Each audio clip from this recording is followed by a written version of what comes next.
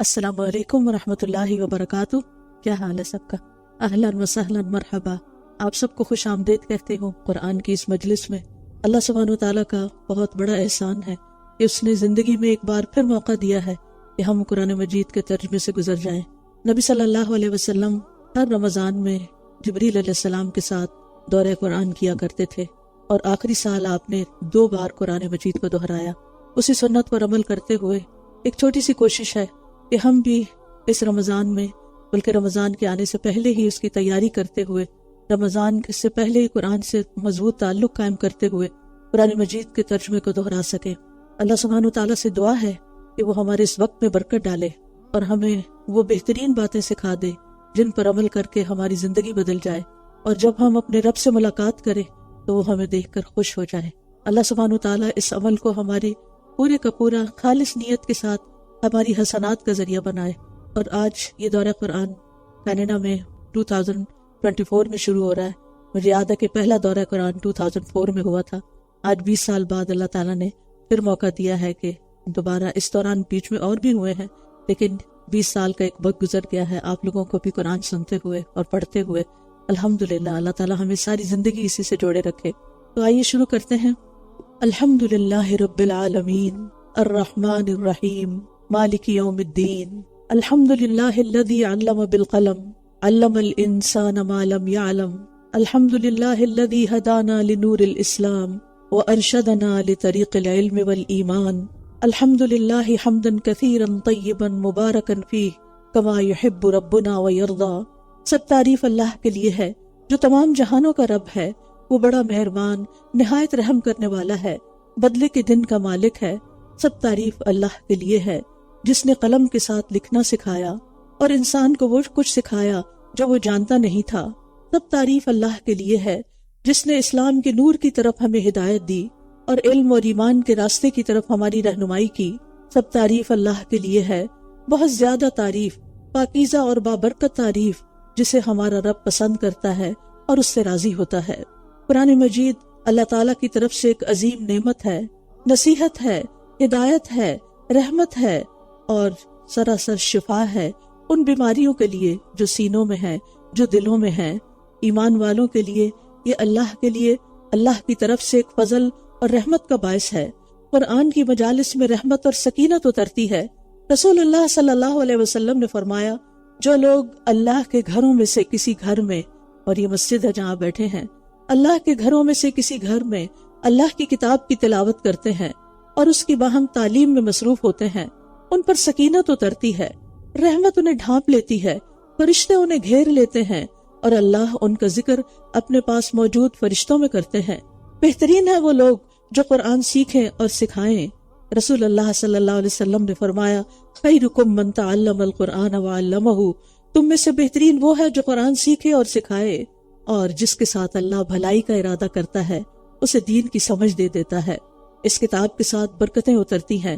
اللہ سے دعا ہے کہ وہ ہمیں اس کی برکتوں سے بھرپور مالا مال فرمائے۔ بعض مفسرین کہا کرتے تھے، ہم قرآن پڑھنے میں مشغول ہوئے تو ہمیں دنیا میں برکات اور خیرات نے ڈھانپ لیا۔ ابن قیم کہتے ہیں، کسی بھی بندے کے لیے قرآن کی قرات، اس میں لمبا غور و فکر کرنے اور اپنی سوچ کو آیات کے معنی پر مرکوز کرنے سے بڑھ کر اس کی زندگی اور آخرت میں زیادہ فائدہ مند اور اس کی نجات کو زیادہ قریب کرنے والی چیز کوئی اور نہیں۔ گویا یہ قرآن ہمیں دنیا اور آخرت دونوں کے فائدوں سے مالا مال کرتا ہے۔ تو آئیے آغاز کرتے ہیں۔ نحمدہ ونصلی علی رسولہ الکریم، اما بعد، فاعوذ باللہ من الشیطان الرجیم، بسم اللہ الرحمن الرحیم، رب اشرح لی صدری ویسر لی امری واحلل عقدۃ من لسانی یفقہوا قولی۔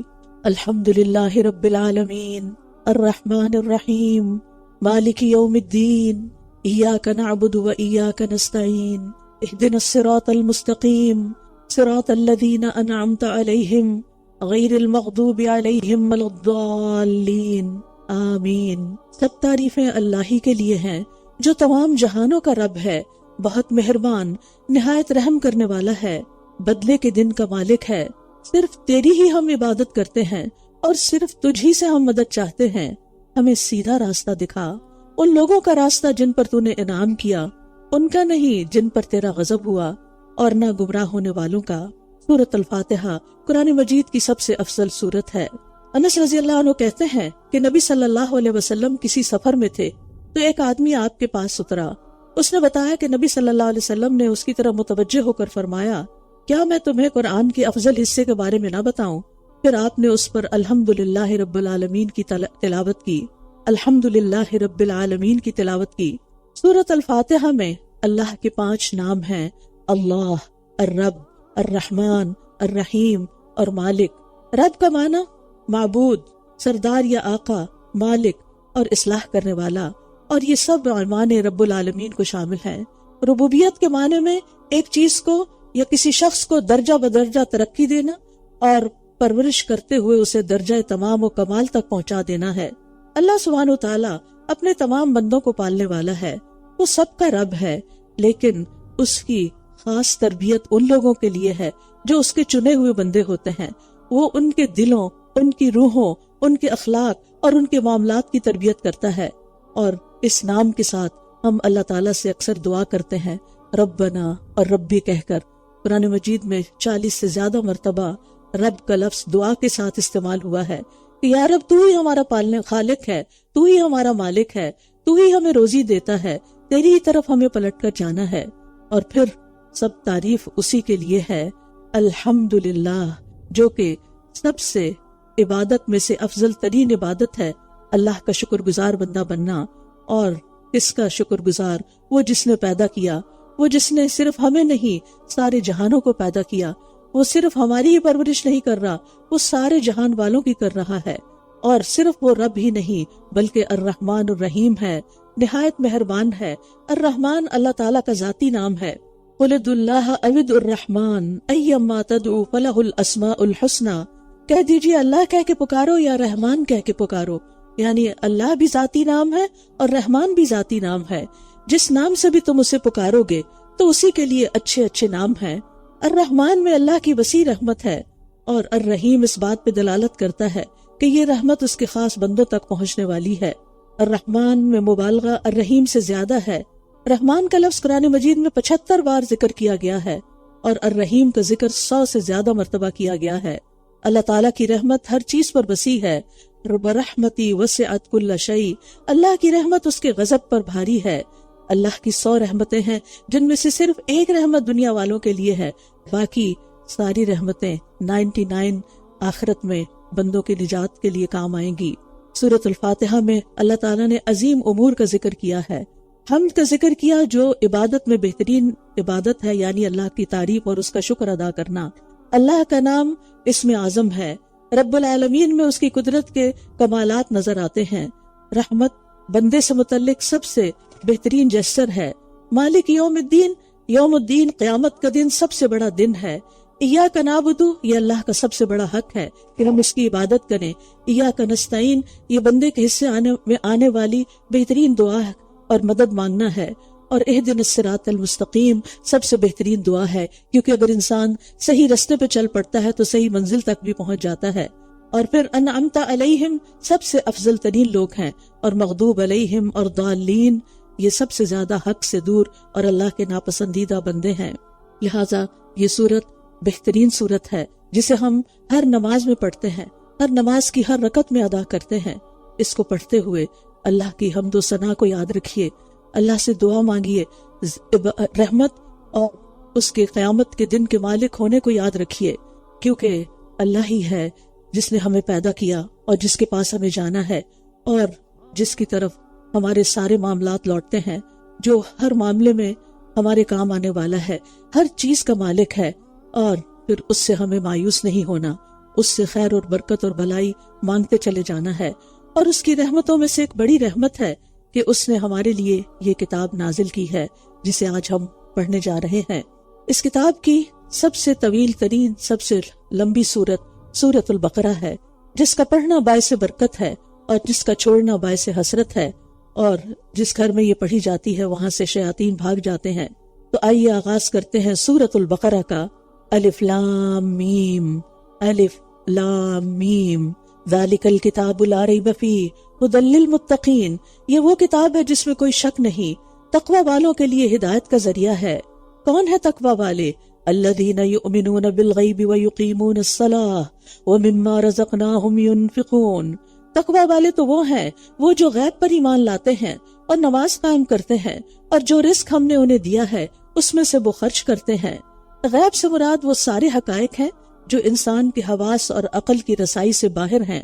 حدیث جبریل جس کے راوی امیر المؤمنین عمر رضی اللہ عنہ ہیں، اس میں رسول اللہ صلی اللہ علیہ وسلم نے ایمان کی تعریف یہ بیان فرمائی کہ آدمی اللہ تعالیٰ پر، اس کے فرشتوں پر، اس کی کتابوں پر، اس کے رسولوں پر، یوم آخرت پر اور اچھی یا بری تقدیر پر ایمان لائے.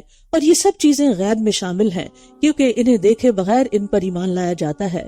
کتاب اگرچہ ہمارے سامنے ہے، یہ اتری بذریعہ وحی ہے، لہٰذا وحی بھی ایک غیبی عمل ہے. تو اس کتاب سے وہ ہدایت پا سکتا ہے جو غیب پر اور ان تمام چیزوں پر ایمان رکھتا ہو. تو غیب پر ایمان لانے والے ہی متقی ہیں. والذین یؤمنون بما انزل الیک وما انزل من قبلک وبالآخرۃ ھم یوقنون. اور وہ جو اس پر ایمان لاتے ہیں جو آپ پر نازل کیا گیا، یعنی قرآن اور سنت، کیونکہ آپ پر صرف قرآن نہیں اترا. اللہ تعالیٰ فرماتے ہیں وَأَنزَلَ اللَّهُ عَلَيْكَ الْكِتَابَ وَالْحِكْمَةَ، اور اللہ نے آپ پر کتاب اور حکمت نازل فرمائی ہے. یعنی صرف کتاب نازل نہیں ہوئی، حدیث بھی اللہ کی طرف سے نازل ہوئی ہے جو نبی صلی اللہ علیہ وسلم پر وحی خفی کے ذریعے نازل ہوئی، جس کی ہم تلاوت نہیں کرتے لیکن وہ بھی وحی پر مبنی ہے. وَبِالْآخِرَةِ هُمْ اور پھر یہ لوگ وَمَا أُنزِلَ مِن قَبْلِكَ، اس پر بھی ایمان لاتے ہیں جو آپ سے پہلے کتابیں نازل ہوئیں، جو پچھلے پیغمبروں پر صحیفے وغیرہ نازل ہوئے، ان پر بھی متقی لوگ ایمان لاتے ہیں. اور سب سے بڑھ کر وَبِالْآخِرَةِ هُمْ يُوقِنُونَ، آخرت پر وہ یقین رکھتے ہیں کیونکہ آخرت آخری دن ہے جس میں ہم سب کو لوٹ کر جانا ہے. وہ یوم الدین ہے، وہ بدلے کا دن ہے جس کی طرف ہمیں لوٹنا ہے. اور اس دن اللہ سبحانہ وتعالی ہم سب کا حساب لے گا. اس دن ہماری قسمتوں کا فیصلہ ہوگا. کچھ لوگ جنت میں جائیں گے اور کچھ جہنم میں جانے والے ہیں. لہٰذا کامیاب وہ ہیں جو ان صفات پر عمل کریں اور آخرت پر یقین رکھیں. تو اولئک علی ھدی من ربہم واولئک ھم المفلحون، یہی لوگ اپنے رب کی طرف سے ہدایت پر ہیں اور یہی لوگ دراصل فلاح پانے والے ہیں. تو کامیاب ہونے والوں کی یہ صفات یاد رکھیے، اور صرف یاد ہی نہیں رکھنا بلکہ ان پر عمل بھی کرنا ہے. اقامت صلاۃ جسم کا فعل ہے، ایمان بالغیب دل کا فعل ہے، اور مما رزقناہم ینفقون، اس میں سے جو ہم نے رزق دیا، چاہے وہ مال ہے، چاہے وہ اولاد ہے، چاہے وہ ہماری صلاحیتیں ہیں، چاہے ہمارا وقت ہے، ہماری زندگی ہے، ہماری جوانی ہے، ہمارے پاس جو کچھ بھی ہے وہ ہمارا اپنا نہیں، وہ ہمارے رب کا دیا ہوا ہے. اس لیے ہماری خوش قسمتی کی بات یہ ہے، ہماری کامیابی کی ضمانت اس میں ہے کہ اس کو ہم اپنے رب ہی کی خاطر، اپنے رب ہی کے نام پر دوسروں پر خرچ کریں، اپنے رب کے نام پر دینے والے ہوں. یہ کامیاب لوگوں کی صفات میں سے خاص صفت ہے. تو یہ لوگ ہدایت پر ہیں جن کے اندر یہ صفات پائی جاتی ہوں، اور یہی کامیابی کی ضمانت ہے.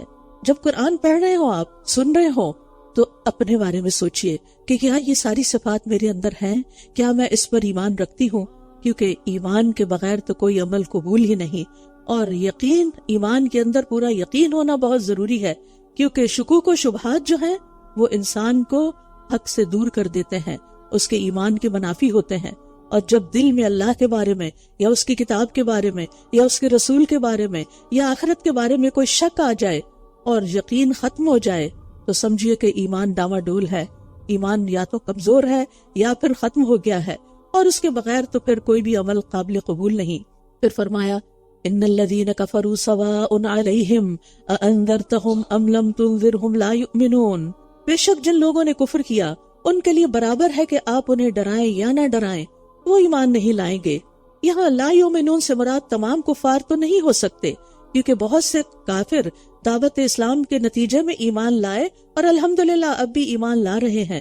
اس سے مراد وہ لوگ ہیں جو پچھلی آیات میں مذکور 6 چیزوں یا ان میں سے بعض کا انکار کر دیتے ہیں اور ہٹ درمی کی اس حد تک پہنچ جاتے ہیں کہ اگر یہ حق بھی ہو تو ہم اسے نہیں مانیں گے.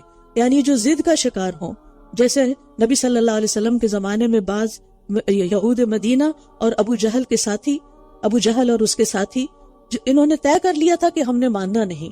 تو جو لوگ ضد کا شکار ہو جائیں، ہٹ دھرمی کا شکار ہو جائیں، پھر ان پر نصیحت اثر نہیں کرتی. نصیحت تو اس پر اثر کرتی ہے جو کھلے دل سے نصیحت کو قبول کرنا چاہتا ہے، جو ان بائسڈ ہو کر کسی حقیقت اور حق کو سمجھنا چاہتا ہے. اور جو ضد کا شکار ہو تو پھر ختم اللہ علی قلوبہم وعلی سمعہم وعلی ابصارہم غشاوۃ ولہم عذاب عظیم. اللہ نے ان کے دلوں اور کانوں پر مہر لگا دی ہے اور ان کی آنکھوں پر پردہ ہے اور ان کے لیے بہت بڑا عذاب ہے. یعنی ان کے برے اعمال کے نتیجے میں ان کے دلوں پر مہر لگی ہے، کیونکہ ان کے ضمیر مردہ ہو چکے ہیں. قبول حق کی وہ استعداد جو فطرتاً ان کے اندر رکھی گئی تھی وہ ان سے چھن چکی ہے. مہر اگرچہ اللہ نے لگائی ہے، لیکن وجہ ان کا اپنا عمل ہے، ان کی اپنی ضد اور ہٹ درمی ہے. جیسے قرآن مجید میں آتا ہے بل طبع اللہ علیہا بکفرہم ولا یؤمنون الا قلیلا، بلکہ اللہ نے ان پر ان کے کفر کی وجہ سے مہر لگا دی ہے، لہٰذا وہ بہت کم ایمان لائیں گے. اور عام انسانوں کے لیے گناہ جو ہیں وہ دلوں کو سیاہ کر دیتے ہیں. اگر انسان گناہ کرتا ہے اور دل پہ سیاہ نقطہ آتا ہے اور دل کے اندر ایک پریشانی آتی ہے تو انسان کو باز آ جانا چاہیے، استغفار اور توبہ کر لینی چاہیے، تو انسان کا دل پھر سے چمک اٹھتا ہے، پھر سے زندہ ہو جاتا ہے. لیکن اگر وہ دوبارہ گناہ کرتا ہے تو نقطہ بڑھا دیا جاتا ہے یہاں تک کہ وہ دل پہ چھا جاتا ہے. اور یہی وہ زنگ ہے جس کا اللہ نے ذکر کیا، کلا بل ران علی قلوبہم ما کانوا یکسبون، ہرگز نہیں بلکہ زنگ بن کے چھا گیا ہے ان کے دلوں پر جو وہ کمائی کرتے ہیں. لہٰذا اپنے دلوں کا جائزہ لیتے رہیے کہ دل روشن ہے یا سیاہ ہے، دل مطمئن ہے یا بے چین ہے. اگر بے چین ہے تو پھر اطمینان قلب اور قرآن کی تلاوت اور قرآن کے معنی پر غور کر کے دلوں کو شفا حاصل کرنے کے قابل بنائیے. پھر پہلی کچھ آیات متقین کے بارے میں تھی، دوسری کفار کے بارے میں، اور اب منافقین کے بارے میں 13 آیات ہیں، کیونکہ نفاق کا پتہ چلانا مشکل ہوتا ہے. لہٰذا اللہ سبحانہ وتعالیٰ نے ان کی کچھ علامات بتا دی. وَمِنَ النَّاسِ مَن يَقُولُ آمَنَّا بِاللَّهِ وَبِالْيَوْمِ الْآخِرِ وَمَا هُمْ بِمُؤْمِنِينَ، اور لوگوں میں سے کچھ وہ ہیں جو کہتے ہیں کہ ہم اللہ پر اور آخرت کے دن پر ایمان لے آئے ہیں، حالانکہ یہ مومن نہیں ہے، حالانکہ وہ مومن نہیں ہے. کیونکہ اللہ ان کے دلوں کا حال جانتا ہے نا. ایمان تو دل میں ہوتا ہے اور دل دوسرے انسانوں کے سامنے نہیں ہوتے، اللہ ہی کو پتا ہوتا ہے کہ دلوں کا حال کیا. لہٰذا اللہ نے دلوں کا حال کھول کے رکھ دیا کہ ان کے دلوں میں ایمان نہیں. وہ اللہ کو دھوکہ دیتے ہیں اور ان لوگوں کو جو ایمان لائے، حالانکہ یہ اپنے آپ ہی کو دھوکہ دے رہے ہیں اور یہ اس کا شعور بھی نہیں رکھتے. کیونکہ بیمار دل نیکی اور بدی کا احساس نہیں کر سکتا، اس کا فرق نہیں جانتا. دل بیمار ہو تو اچھے برے کا شعور بھی ختم ہو جاتا ہے. پھر انسان اچھے کو برا اور برے کو اچھا سمجھنے لگتا ہے. جیسے بیمار انسان کے منہ کا ذائقہ تبدیل ہو جاتا ہے نا، تو اگر آپ اس کو کوئی میٹھی چیز بھی کھانے کو دیں تو وہ کہے گا یہ کڑوی ہے، لے جاؤ، مجھے نہیں کھانی. تو یہی حال نفاق کا ہوتا ہے. قرآن مجید میں اللہ تعالیٰ فرماتے ہیں أَفَمَنْ زُيِّنَ لَهُ سُوءُ عَمَلِهِ فَرَآهُ حَسَنًا، تو کیا وہ شخص جس کے لیے اس کا برا عمل مزین کر دیا گیا تو اس نے اس کو اچھا سمجھا، اس شخص کی طرح ہو سکتا ہے جو ایسا نہیں. تو کچھ لوگ ایسے ہوتے ہیں جن کے برے اعمال ان کے لیے خوبصورت بنا دیے جاتے ہیں اور وہ سمجھتے ہیں کہ وہ بہت اچھا کر رہے ہیں. تو ہم سب کو اللہ تعالیٰ سے دعا کرنی چاہیے کہ یا رب ہمیں ہماری غلطیاں دکھا، ہمیں یقین دلا کہ ہم غلط کر رہے ہیں، تاکہ ہم ان پر توبہ کریں اور ہم اپنی اصلاح کریں. کیونکہ اصلاح کا موقع صرف اس زندگی ہے، صرف اسی زندگی میں ہے، مرنے کے بعد کوئی اصلاح نہیں ہو سکے گی. فی قلوبہم مرض فزادہم اللہ مرضا ولہم عذاب علیم بما کانوا یکذبون. ان کے دلوں میں ایک مرض ہے تو اللہ نے ان کے مرض کو اور زیادہ کر دیا اور ان کے لیے دردناک عذاب ہے کیونکہ یہ جھوٹ بولتے تھے. اور جب ان سے کہا جاتا ہے کہ زمین میں فساد نہ کرو تو کہتے ہیں کہ ہم تو صرف اصلاح کرنے والے ہیں. خبردار، بے شک یہی فساد کرنے والے ہیں لیکن یہ شعور نہیں رکھتے. فساد کب ہوتا ہے؟ اللہ کی نافرمانی سے. فساد ہوتا ہے لوگوں پر ظلم ڈھانے سے. تو جب ان کو منع کیا جاتا ہے کہ اللہ کے حق بھی ادا کرو، جب ان کو کہا جاتا ہے کہ حقوق اللہ بھی ادا کرو اور حقوق العباد بھی، تو پھر یہ کہتے ہیں کہ نہیں ہم تو جو کر رہے ہیں سب اچھا کر رہے ہیں اور اپنے فساد کو بھی نہیں سمجھتے. اور جب ان سے کہا جاتا ہے ایمان لاؤ جیسے اور لوگ ایمان لائے تو کہتے ہیں کیا ہم بھی اسی طرح ایمان لائیں جیسے بے وقوف ایمان لائے ہیں. خبردار، یقیناً یہ خود ہی بے وقوف ہیں لیکن یہ جانتے نہیں ہیں. یہاں پر آپ دیکھیے اللہ تعالیٰ نے سچے ایمان کا کرائیٹیریا بتا دیا ہے، ویسا ایمان جیسے صحابہ کا تھا. یہ اس دور کے لوگوں سے بھی تقاضا ہے اور آج ہم سے بھی تقاضا ہے کہ ہمارا ایمان کیسا ہونا چاہیے. ہمارے رول ماڈلز کون ہیں؟ صحابہ کرام ہیں. ان کا لائف سٹائل دیکھیے اور ہم اپنا طرز زندگی کو دیکھیں. ہم کس طرح جی رہے ہیں، ہم کیا کر رہے ہیں، کیا ہمارے اندر بھی کیا ہمارا ایمان بھی ویسا ہے جیسے صحابہ کا تھا؟ کیا ہماری نمازیں ویسی ہیں؟ کیا ہمارا اللہ کے راستے میں خرچ کرنا ویسا ہے جیسے صحابہ کرام کا تھا؟ اور اگر نہیں تو ہمیں فکر کرنی چاہیے کہ کہیں ہم نفاق کے اندر تو داخل نہیں ہو رہے۔ لہٰذا اس کے لیے بہت ضروری ہے کہ ہم صحابہ کرام کے حالات زندگی بھی پڑھیں، ان کی زندگیوں سے بھی اپنے آپ کو منور کریں، تاکہ ہمیں پتہ چلے کہ وہ کیسے جیتے تھے اور آج ہم کیسے جی رہے ہیں۔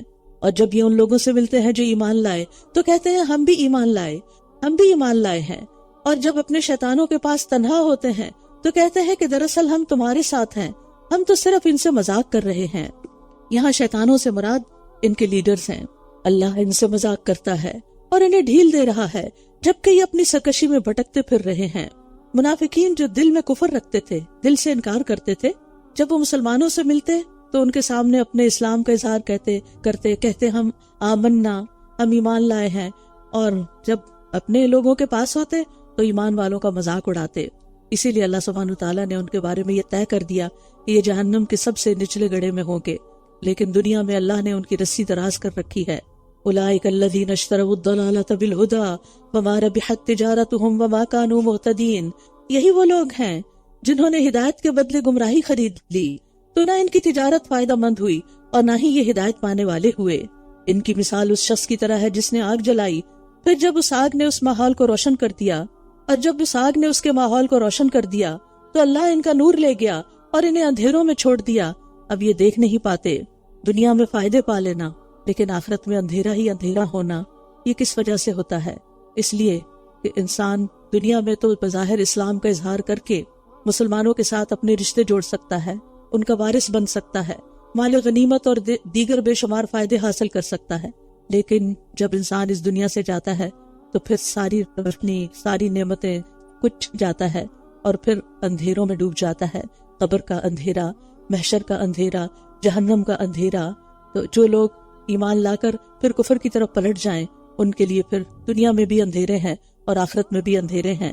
صم بکم عمی فہم لا یرجعون، بہرے ہیں، گنگے ہیں، اندھے ہیں، بس یہ سیدھے رستے کی طرف نہیں لوٹیں گے۔ یا ان کی مثال آسمان سے برستی زوردار بارش کی طرح ہے، جس میں اندھیرے ہیں اور گرج اور چمک ہے۔ یہ کڑک کے باعث موت کے ڈر سے اپنی انگلیاں اپنے کانوں میں ڈال لیتے ہیں، اور اللہ کافروں کو گھیرے ہوئے ہے۔ قریب ہے کہ بجلی ان کی نگاہوں کو اچک لے جائے۔ جب بھی وہ ان کے لیے راستہ روشن کرتی ہے تو یہ اس میں چل پڑتے ہیں، اور جب ان پر اندھیرا چھا جاتا ہے تو یہ کھڑے رہ جاتے ہیں۔ اور اگر اللہ چاہتا تو ان کی سماعت اور بصارت لے جاتا۔ بے شک اللہ ہر چیز پر پوری قدرت رکھنے والا ہے۔ یہاں اللہ تعالیٰ نے منافقین کے ایک دوسرے گروہ کی مثال بیان فرمائی ہے، جو بظاہر تو مسلمان ہو گئے تھے لیکن کمزور ایمان کی وجہ سے ہمیشہ تذبذب اور شک میں رہے، راحت اور آرام کی صورت میں مطمئن نظر آتے تھے۔ یعنی جب اسلام کے آسان احکام ہوتے تو پھر خوش رہتے، اور جب کسی تکلیف کا سامنا ہوتا تو شک و شبہ میں پڑ جاتے۔ اللہ تعالیٰ نے سورۃ الحج میں بھی اس کے بارے میں فرمایا ہے، وَمِنَ النَّاسِ مَن يَعْبُدُ اللَّهَ عَلَى حَرْفٍ فَإِنْ أَصَابَهُ خَيْرٌ اطْمَأَنَّ بِهِ وَإِنْ أَصَابَتْهُ فِتْنَةٌ انقلب عَلَى وَجْهِهِ خَسِرَ الدُّنْيَا وَالْآخِرَةَ ذَلِكَ هُوَ الْخُسْرَانُ الْمُبِينُ۔ اور لوگوں میں سے کوئی وہ بھی ہے جو اللہ کی عبادت ایک کنارے پر کرتا ہے، پھر اگر اسے کوئی بھلائی پہنچ جائے تو اس کے ساتھ مطمئن ہو جاتا ہے، اور اگر اسے کوئی آزمائش آ پہنچے تو اپنے منہ پر الٹا پھر جاتا ہے۔ اس نے دنیا اور آخرت کا نقصان اٹھایا تو یہی صریح خسارہ ہے۔ تو ہم سب کو دیکھنا ہے، اپنے آپ کا جائزہ لینا ہے کہ کہیں ہم صرف اچھے حالات میں ہی تو فرما بردار، اطاعت گزار اور عبادت گزار نہیں ہوتے، بلکہ ہر حال میں، تنگی ہو یا خوشحالی، دل خوش ہو یا ناخوش، حالات ہمارے موافق ہوں یا ناموافق ہوں، ہم ہر حال میں اللہ کی اطاعت کرنے والے ہیں یا نہیں، ورنہ کہیں ایسا نہ ہو کہ ہم نفاق کی حدوں کو پار کر جائیں اور نفاق میں داخل ہو جائیں، کیونکہ یہ تو منافقانہ طرز عمل ہے کہ صرف اچھے حالات میں ہی عبادت کرنا۔ پھر اللہ سبحانہ وتعالیٰ تمام لوگوں کو دعوت دے رہے ہیں، یا ایھا الناس اعبدوا ربکم الذی خلقکم والذین من قبلکم لعلکم تتقون۔ اے لوگوں، اپنے رب کی عبادت کرو جس نے تمہیں پیدا کیا، اور ان لوگوں کو بھی جو تم سے پہلے تھے، تاکہ تم بچ جاؤ، دنیا میں گناہوں سے بچ جاؤ اور آخرت میں عذاب سے بچ جاؤ۔ کیوں عبادت کرو اپنے رب کی؟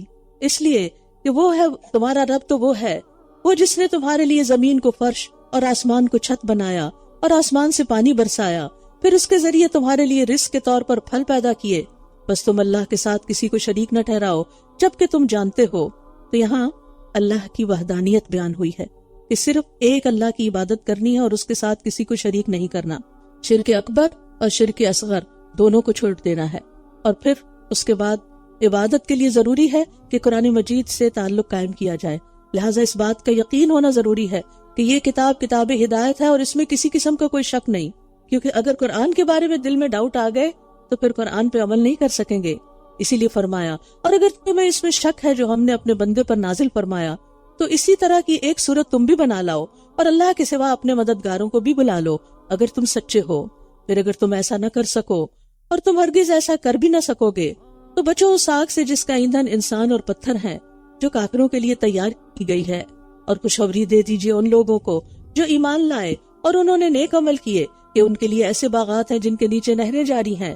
جب کبھی انہیں ان باغوں میں سے کوئی پھل کھانے کو دیا جائے گا تو وہ کہیں گے یہ تو وہی ہے جو اس سے پہلے ہم دیے گئے، یعنی دنیا میں، اور انہیں اس سے ملتے جلتے ہی دیے جائیں گے.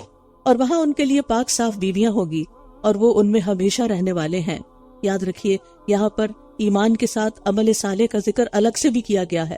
اگرچہ عمل صالح ایمان کے اندر شامل ہے لیکن الگ سے عمل صالح اس لیے بھی کیونکہ عموماً ہم سے عمل میں کوتاہی ہو جاتی ہے. تو خالی ایمان لے آنا کافی نہیں. جیسے بعض لوگ کہتے ہیں ہم نے لا الہ الا اللہ پڑھ رکھی ہے، اب نماز روزے وغیرہ کی تکلفات کی ضرورت نہیں، صرف لا الہ الا اللہ پڑھنے والا جنت میں داخل ہو جائے گا، ہمارے اندر ایمان ہے.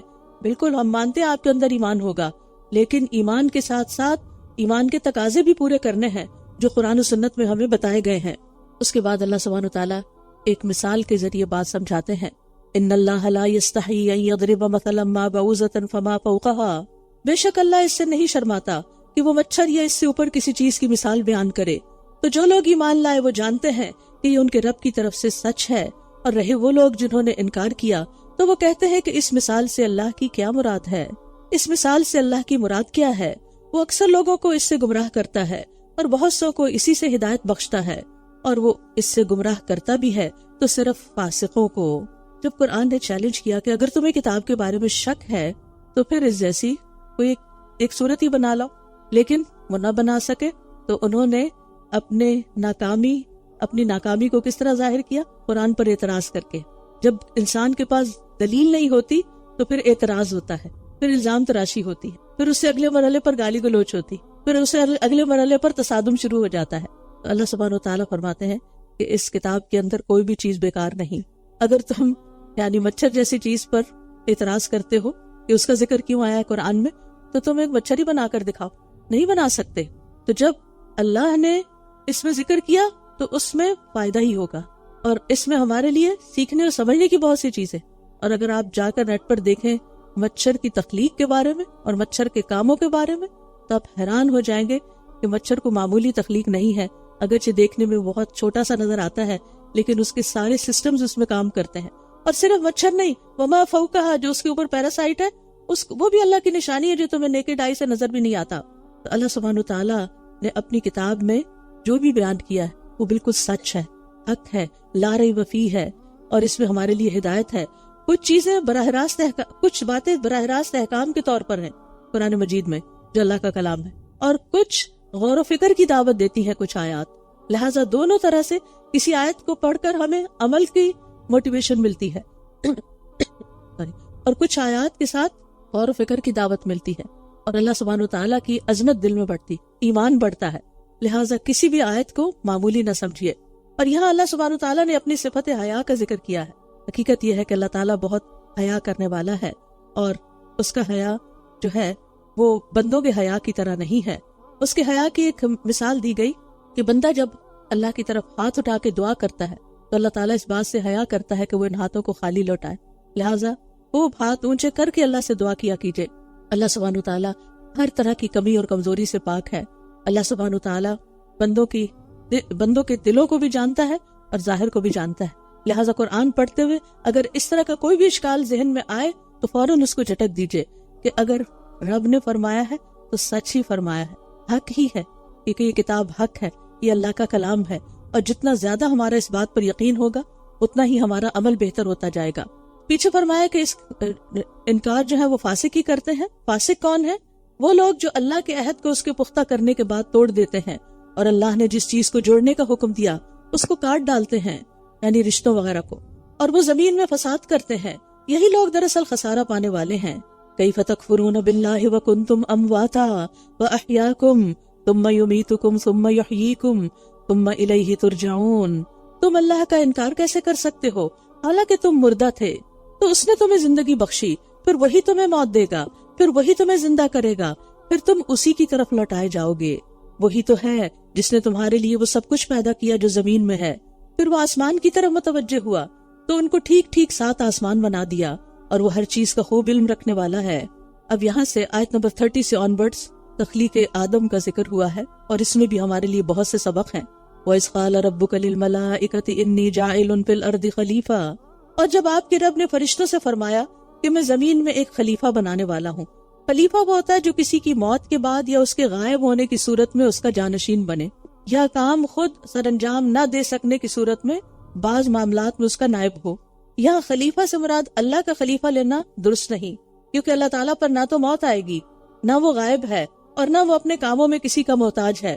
یہاں خلیفہ سے مراد وہ لوگ ہیں جو نسلاً بعد نسلاً ایک دوسرے کے جانشین بنیں گے. تو اس طرح خلیفہ سے مراد صرف آدم علیہ السلام ہی نہیں بلکہ پوری نوع انسانی ہے. تو جب آپ کے رب نے فرشتوں سے فرمایا کہ میں زمین میں خلیفہ بنانے والا ہوں، کیونکہ زمین پر پہلے جنات تھے، ان کے بعد انسان آئے اور انہوں نے زمین کا انتظام سنبھالا، انہوں نے کہا کیا آپ اس میں ایسے کو خلیفہ بنائیں گے جو اس میں فساد کرے گا اور خون بہائے گا؟ کیونکہ وہ جنات کے طرز عمل سے یہ جانتے تھے، ان کے پاس غیب کا علم نہیں تھا کہ فیوچر کے بارے میں کچھ جانتے تھے، بلکہ پچھلے تجربے کی بنیاد پر وہ یہ بات کہہ رہے تھے. اور ہم آپ کی تعریف کے ساتھ تصویح کرتے ہیں اور آپ کی پاکیزگی بیان کرتے ہیں. فرمایا بے شک میں جانتا ہوں جو تم نہیں جانتے. یاد رکھیے فرشتوں پر ایمان لانا بھی ضروری ہے. اگر آپ دیکھیں تو یہاں اگرچہ آیات کا بظاہر کانٹیکس کچھ اور نظر آتا ہے، لیکن انہی آیات کے اندر ایمان بالغیب بھی ہے، انہی آیات پر اللہ کی توحید کا ذکر بھی ہے، انہی آیات میں رسالت کا ذکر بھی ہے، کتاب پر ایمان کا ذکر بھی ہے، آخرت پر ایمان کا ذکر بھی ہے، اور یہاں فرشتوں پر ایمان کا ذکر بھی ہے.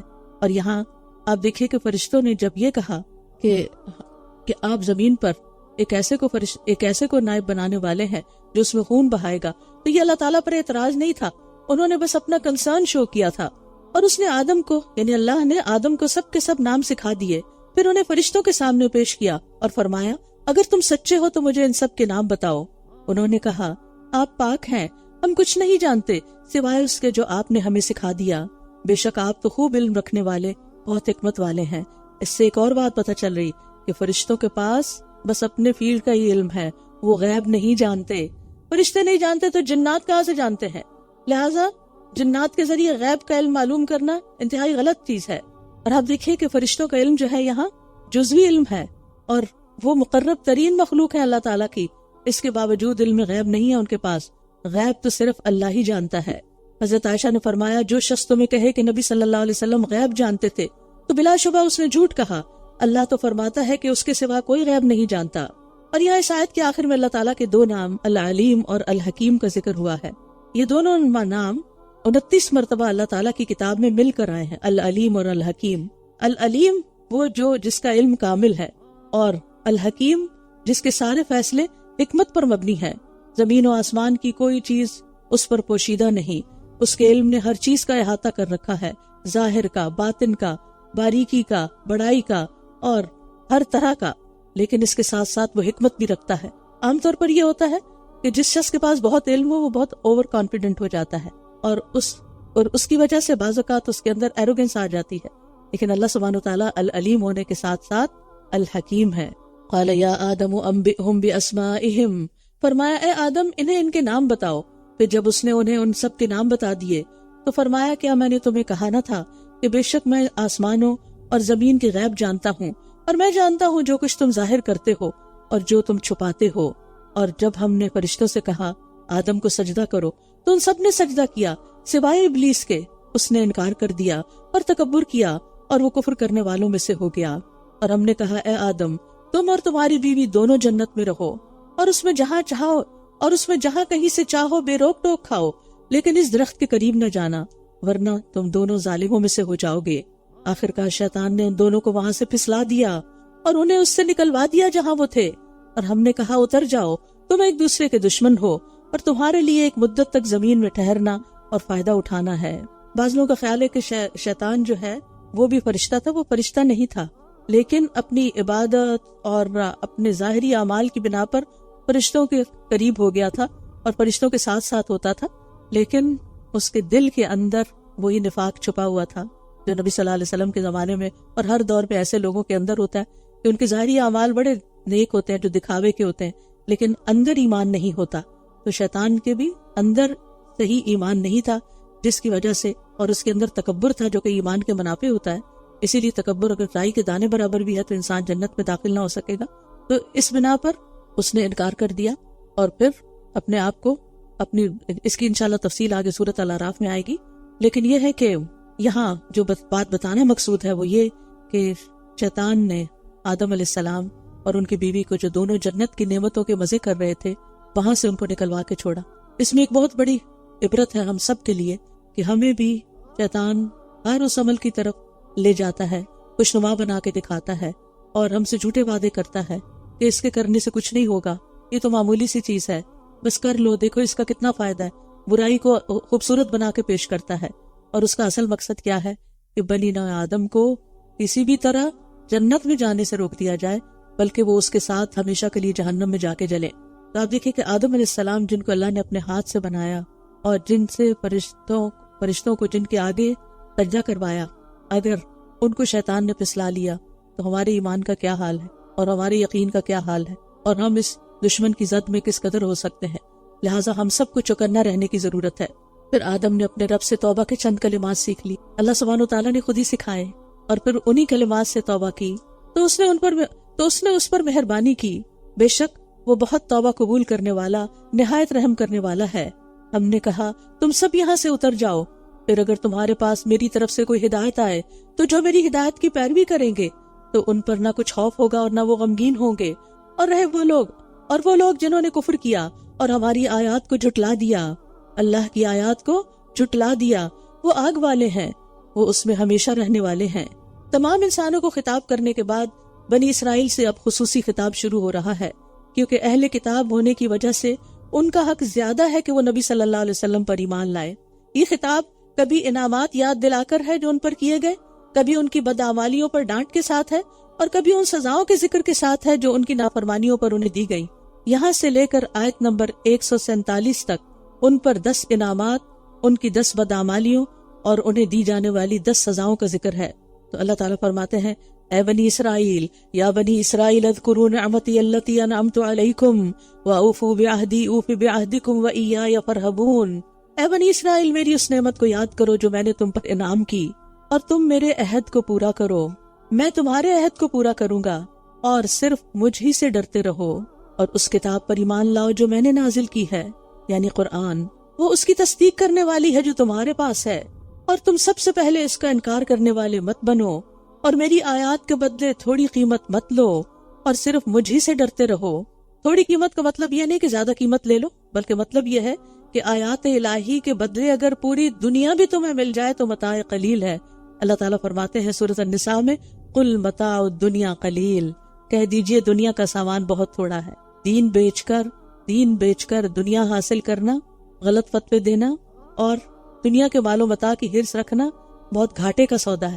اگر کسی کو ساری دنیا کا مال بھی مل جائے اس کے بدلے تو آخرت میں وہ کام نہیں آئے گا، آخرت کے مقابلے میں وہ حقیر متاع ہے۔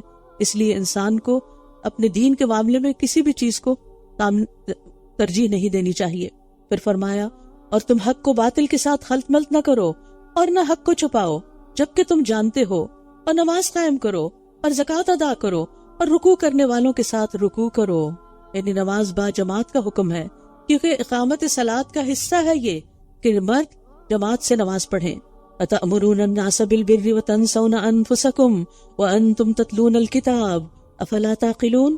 کیا تم لوگوں کو نیکی کا حکم دیتے ہو اور اپنے آپ کو بھول جاتے ہو، حالانکہ تم کتاب کی تلاوت کرتے ہو؟ کیا تم عقل سے کام نہیں لیتے؟ اور صبر اور نماز سے مدد لو، بے شک وہ بہت بھاری ہے، مگر ان لوگوں پر نہیں جو اللہ کے لیے عاجزی کرنے والے ہیں۔ یہ نسخہ بتا دیا گیا مشکلات سے نکلنے کا، دعا کے ساتھ ساتھ صبر اور نماز۔ نبی صلی اللہ علیہ وسلم کو جب کوئی پریشانی ہوتی فوراً نماز کی طرف لپکتے تھے۔ ہمیں کوئی پریشانی ہوتی ہے تو ہم کیا کرتے ہیں؟ فوراً فون کی طرف لپکتے ہیں کہ کسی کو اپنا ماجرا سنا دے، کسی سے بات کر کے اپنا کتارسس کر لیں۔ ہم نے آج سے کیا عادت بنانی ہے؟ کوئی تکلیف دہ بات کوئی بیماری، کوئی پریشانی، کوئی غم، دکھ ہو، اپنی جان کی طرف سے، اولاد کی طرف سے، مال کی طرف سے، لوگوں کی طرف سے، کہیں سے بھی فوراً اللہ کی طرف رجوع کرنا ہے، نماز اور صبر منہ بند رکھنا ہے، اپنے آپ کو اللہ کی اطاعت پر جما کر رکھنا ہے۔ لیکن یہ کام کون کر سکتے ہیں؟ وہی جن کے اندر خشوع ہو، عاجزی ہو، وہ جو یقین رکھتے ہیں کہ وہ اپنے رب سے ملاقات کرنے والے ہیں آخرت میں، اور بے شک وہ اسی کی طرف لوٹ کر جانے والے ہیں۔ پھر دوبارہ خطاب ہے، اے بنی اسرائیل، میری اس نعمت کو یاد کرو جو میں نے تم پر انعام کی تھی، اور یہ کہ بلا شبہ میں نے تمہیں تمام جہانوں پر فضیلت بخشی تھی، اور ڈرو اس دن سے جب کوئی شخص کسی کے کچھ کام بھی نہ آئے گا، اور نہ اس سے کوئی سفارش قبول کی جائے گی، اور نہ اس سے کوئی معاوضہ لیا جائے گا، اور نہ وہ مدد کیے جائیں گے۔ نعمت یاد دلانے کے بعد اب انہیں قیامت کے عذاب سے بھی ڈرایا جا رہا ہے۔ بنی اسرائیل کے فساد کی اصل وجہ یہ تھی کہ وہ اپنے انبیاء، علماء اور بزرگوں پر بڑا ناز کرتے تھے، اور وہ سمجھتے تھے کہ ہم خواہ کتنے ہی گناہ کر لیں، ہمارے بزرگ اور آباء و اجداد ہمیں بخشوا لیں گے۔ وہ بڑے نیک لوگ تھے۔ یہاں اسی باطل گمان کی تردید کی گئی ہے، ورنہ قیامت کے دن شفاعت تو ہوگی جس کے لیے اللہ تعالیٰ اجازت دے گا، لیکن وہ لوگ جو اللہ کی نافرمانیوں پر ہٹ درمی اختیار کیے ہوئے ہوں ان کے لیے شفاعت نہیں ہے۔ آج ہمارے عقائد میں کیا چیز آ گئی ہے کہ جو جی چاہے کرو، حرام خوری کرو، دوسروں کا مال غصب کر لو، دوسروں پر ظلم اور زیادتی کرو، دوسروں کو نیچا دکھاؤ، نماز کا دل چاہتا تو پڑھو، نہیں تو نہ پڑھو، اور اب تو روزے پہ بھی لوگوں نے کمپرومائز کرنا شروع کر دیا ہے، چھوٹے چھوٹے بہانے سامنے لا کر۔ اور اسی طرح زکوٰۃ، بہت سے لوگوں کو پتہ ہی نہیں کہ زکوٰۃ دی بھی جاتی ہے اور کیسے دی جاتی ہے، یہ تو پھر دور کی بات ہے۔ ان ساری چیزوں سے غفلت کی اصل وجہ کیا ہے؟ کہ ہاں کوئی ہوگا جو ہمیں چھڑا لے گا، وہ ہم ہیں نا نبی صلی اللہ علیہ وسلم کی امت۔ تو ان عقائد کی اصلاح کی بھی ضرورت ہے کہ قرآن اس کے بارے میں کیا کہتا ہے۔ یعنی نبی صلی اللہ علیہ وسلم کی شفاعت ہوگی، لیکن وہ شفاعت جہنم سے نکلوانے کے لیے ہوگی۔ اب آپ خود سوچئے کہ جہنم میں جانا کیا آسان ہے؟ اس سے پہلے کہ انسان کو جہنم کی آگ چھوئے، اسی دنیا کے اندر اپنے گناہوں کی معافی مانگ لینی چاہیے اور ان سے توبہ کر لینی چاہیے۔ وَإِذْ نَجَّيْنَاكُم مِّنْ آلِ فِرْعَوْنَ، اور یاد کرو جب ہم نے تمہیں آل فرعون سے نجات دی، وہ تمہیں سخت عذاب دیتے تھے، وہ تمہارے بیٹوں کو ذبح کر ڈالتے اور تمہاری عورتوں کو زندہ چھوڑ دیتے تھے، اور اس میں تمہارے رب کی طرف سے بہت بڑی آزمائش تھی۔ اور جب ہم نے تمہارے لیے سمندر کو پھاڑ دیا، پھر ہم نے تمہیں نجات دی اور آل فرعون کو غرق کر دیا جبکہ تم دیکھ رہے تھے۔ اور ہم نے موسیٰ سے 40 راتوں کا وعدہ لیا، پھر اس کے جانے کے بعد تم نے بچڑے کو معبود بنا لیا اور تم ظلم کر رہے تھے، پھر اس کے بعد بھی ہم نے تمہیں معاف کر دیا تاکہ تم شکر ادا کرو۔ اور جب ہم نے موسیٰ کو کتاب اور فرقان عطا کیا تاکہ تم ہدایت پا سکو، اور جب موسیٰ نے اپنی قوم سے کہا اے میری قوم، بے شک تم نے بچڑے کو معبود بنا کر اپنی جانوں پر ظلم کیا ہے، لہٰذا تم اپنے پیدا کرنے والے کے حضور توبہ کرو اور اپنے مجرموں کو قتل کر ڈالو، یہ تمہارے لیے تمہارے پیدا کرنے والے کے نزدیک زیادہ بہتر ہے، پھر وہ تم پر مہربان ہو گیا، بے شک وہ توبہ قبول کرنے والا بہت رحم فرمانے والا ہے۔ یاد رکھیے، بعض گناہوں کی معافی سزا کے بعد ہی ہو، جیسے یہاں بنی اسرائیل کو معاف تو کر دیا گیا لیکن ان کو سزا بھی دی گئی۔ اور جب تم نے کہا اے موسیٰ، جب تک ہم جب تک اللہ کو سامنے نہ دیکھ لیں ہرگز تمہارا یقین نہ کریں گے، تو تمہیں بجلی کی کڑک نے آ پکڑا اور تم دیکھ رہے تھے، پھر ہم نے تمہاری موت کے بعد تمہیں زندہ کر اٹھایا تاکہ تم شکر ادا کرو، اور ہم نے تم پر بادلوں کا سایہ کیا اور تم پر من و سلوہ اتارا، کھاؤ ان پاکیزہ چیزوں میں سے جو ہم نے تمہیں عطا کی ہیں۔ اور انہوں نے ہم پر ظلم نہیں کیا بلکہ وہ اپنی ہی جانوں پر ظلم کر رہے تھے۔ یاد رکھیے، گناہ کر کے انسان اپنے اوپر ظلم کرتا ہے، اللہ سبحانہ وتعالیٰ کا کچھ بھی نقصان نہیں ہوتا، اسے کوئی فرق نہیں پڑتا کہ کوئی اس کی عبادت کرے یا اس کی نافرمانی کرے، فرق ہم ہی کو پڑتا ہے۔ لہٰذا اپنے فائدے کی خاطر اللہ کے بن جائیں، اللہ کے عبادت گزار فرما بردار بندے بن جائیں۔ اور جب ہم نے کہا کہ اس بستی میں داخل ہو جاؤ اور اس میں جہاں سے چاہو خوب کھاؤ اور دروازے سے سجدہ کرتے ہوئے داخل ہونا، اور حتتن یعنی بخشش فرما دے یا بخش دے کہتے جانا، تو ہم تمہاری خطائیں معاف کر دیں گے اور ہم نیکی کرنے والوں کو اور زیادہ دیں گے۔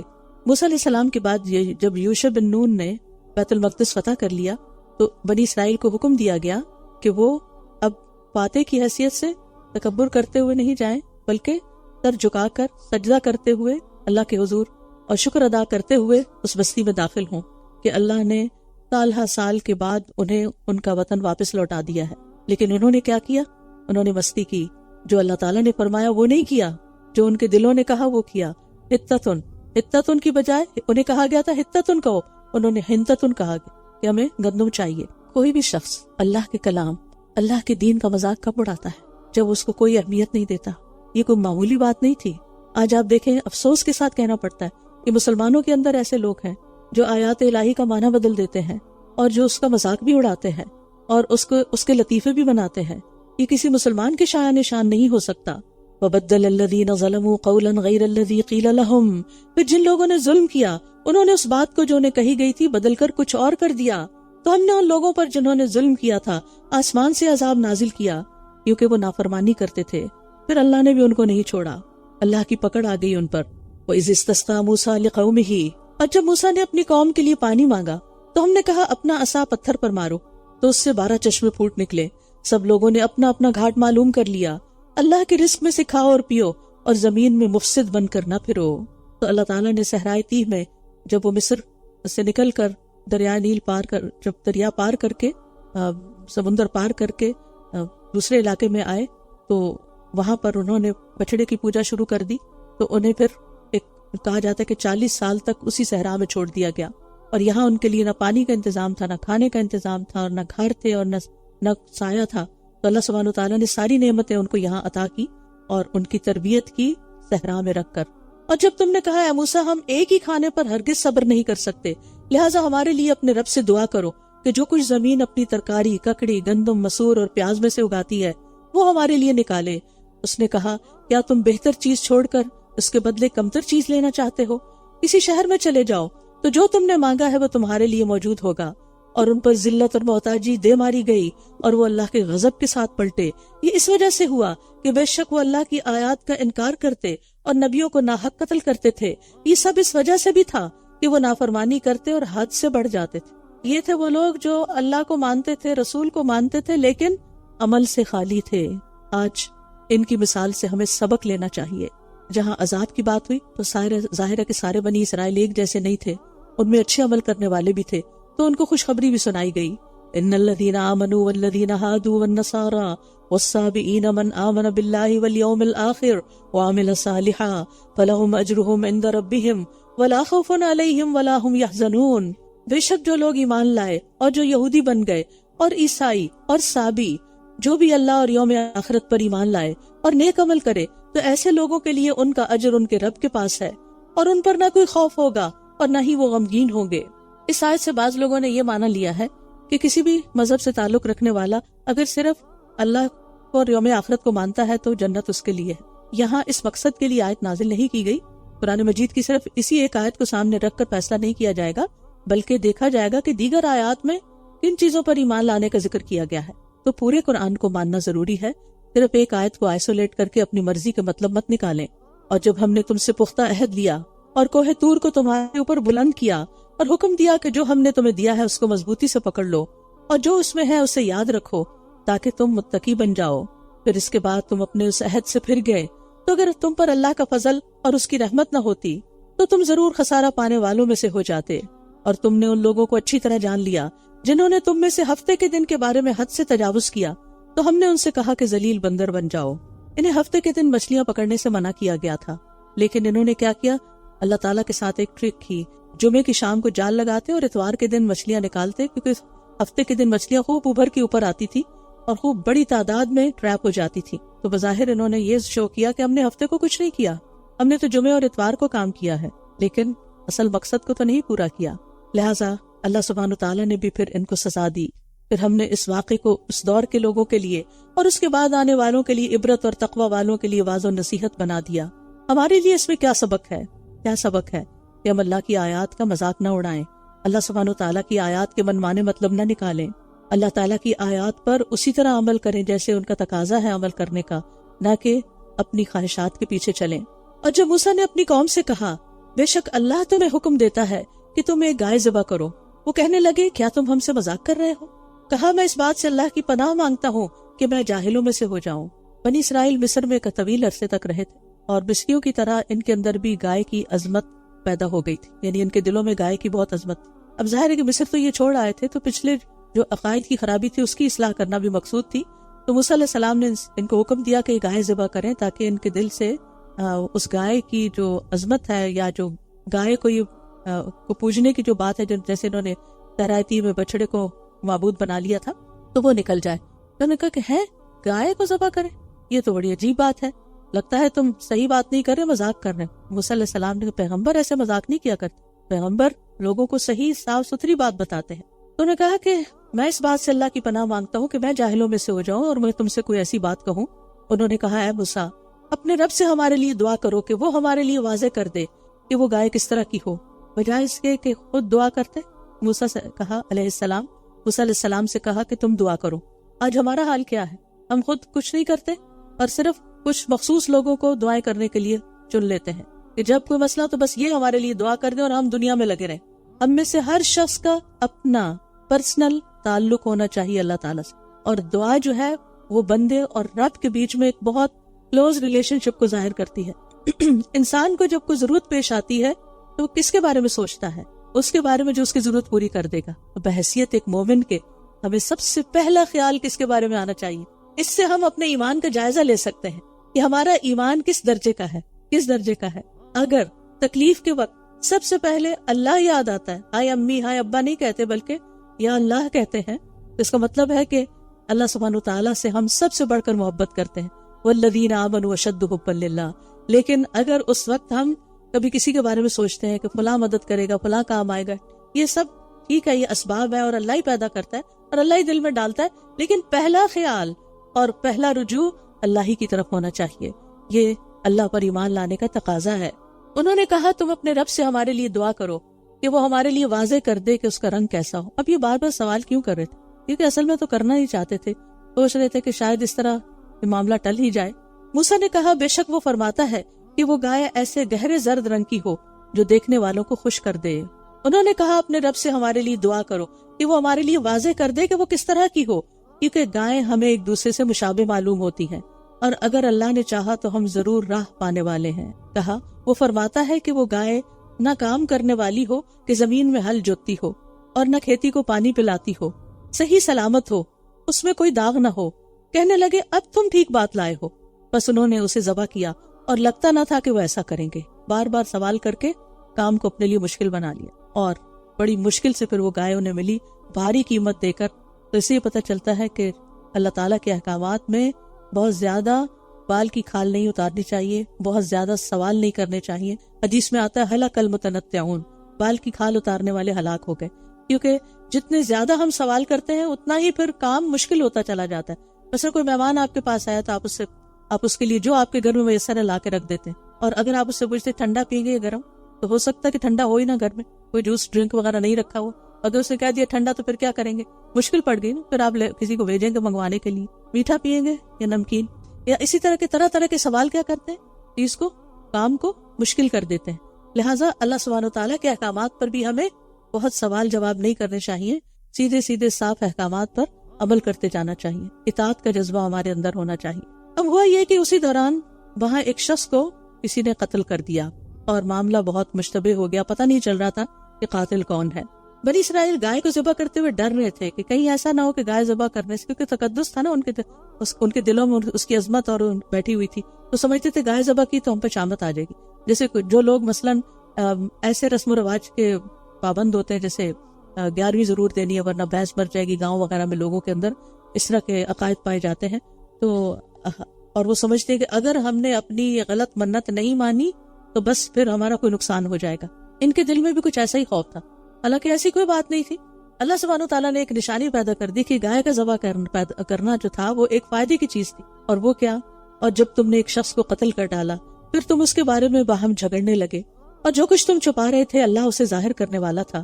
پھر ہم نے کہا اس مقتول کو اس گائے کے بعض حصے سے ضرب لگاؤ، اسی طرح اللہ مردوں کو زندہ کرتا ہے اور وہ تمہیں اپنی نشانیاں دکھاتا ہے تاکہ تم عقل سے کام لو۔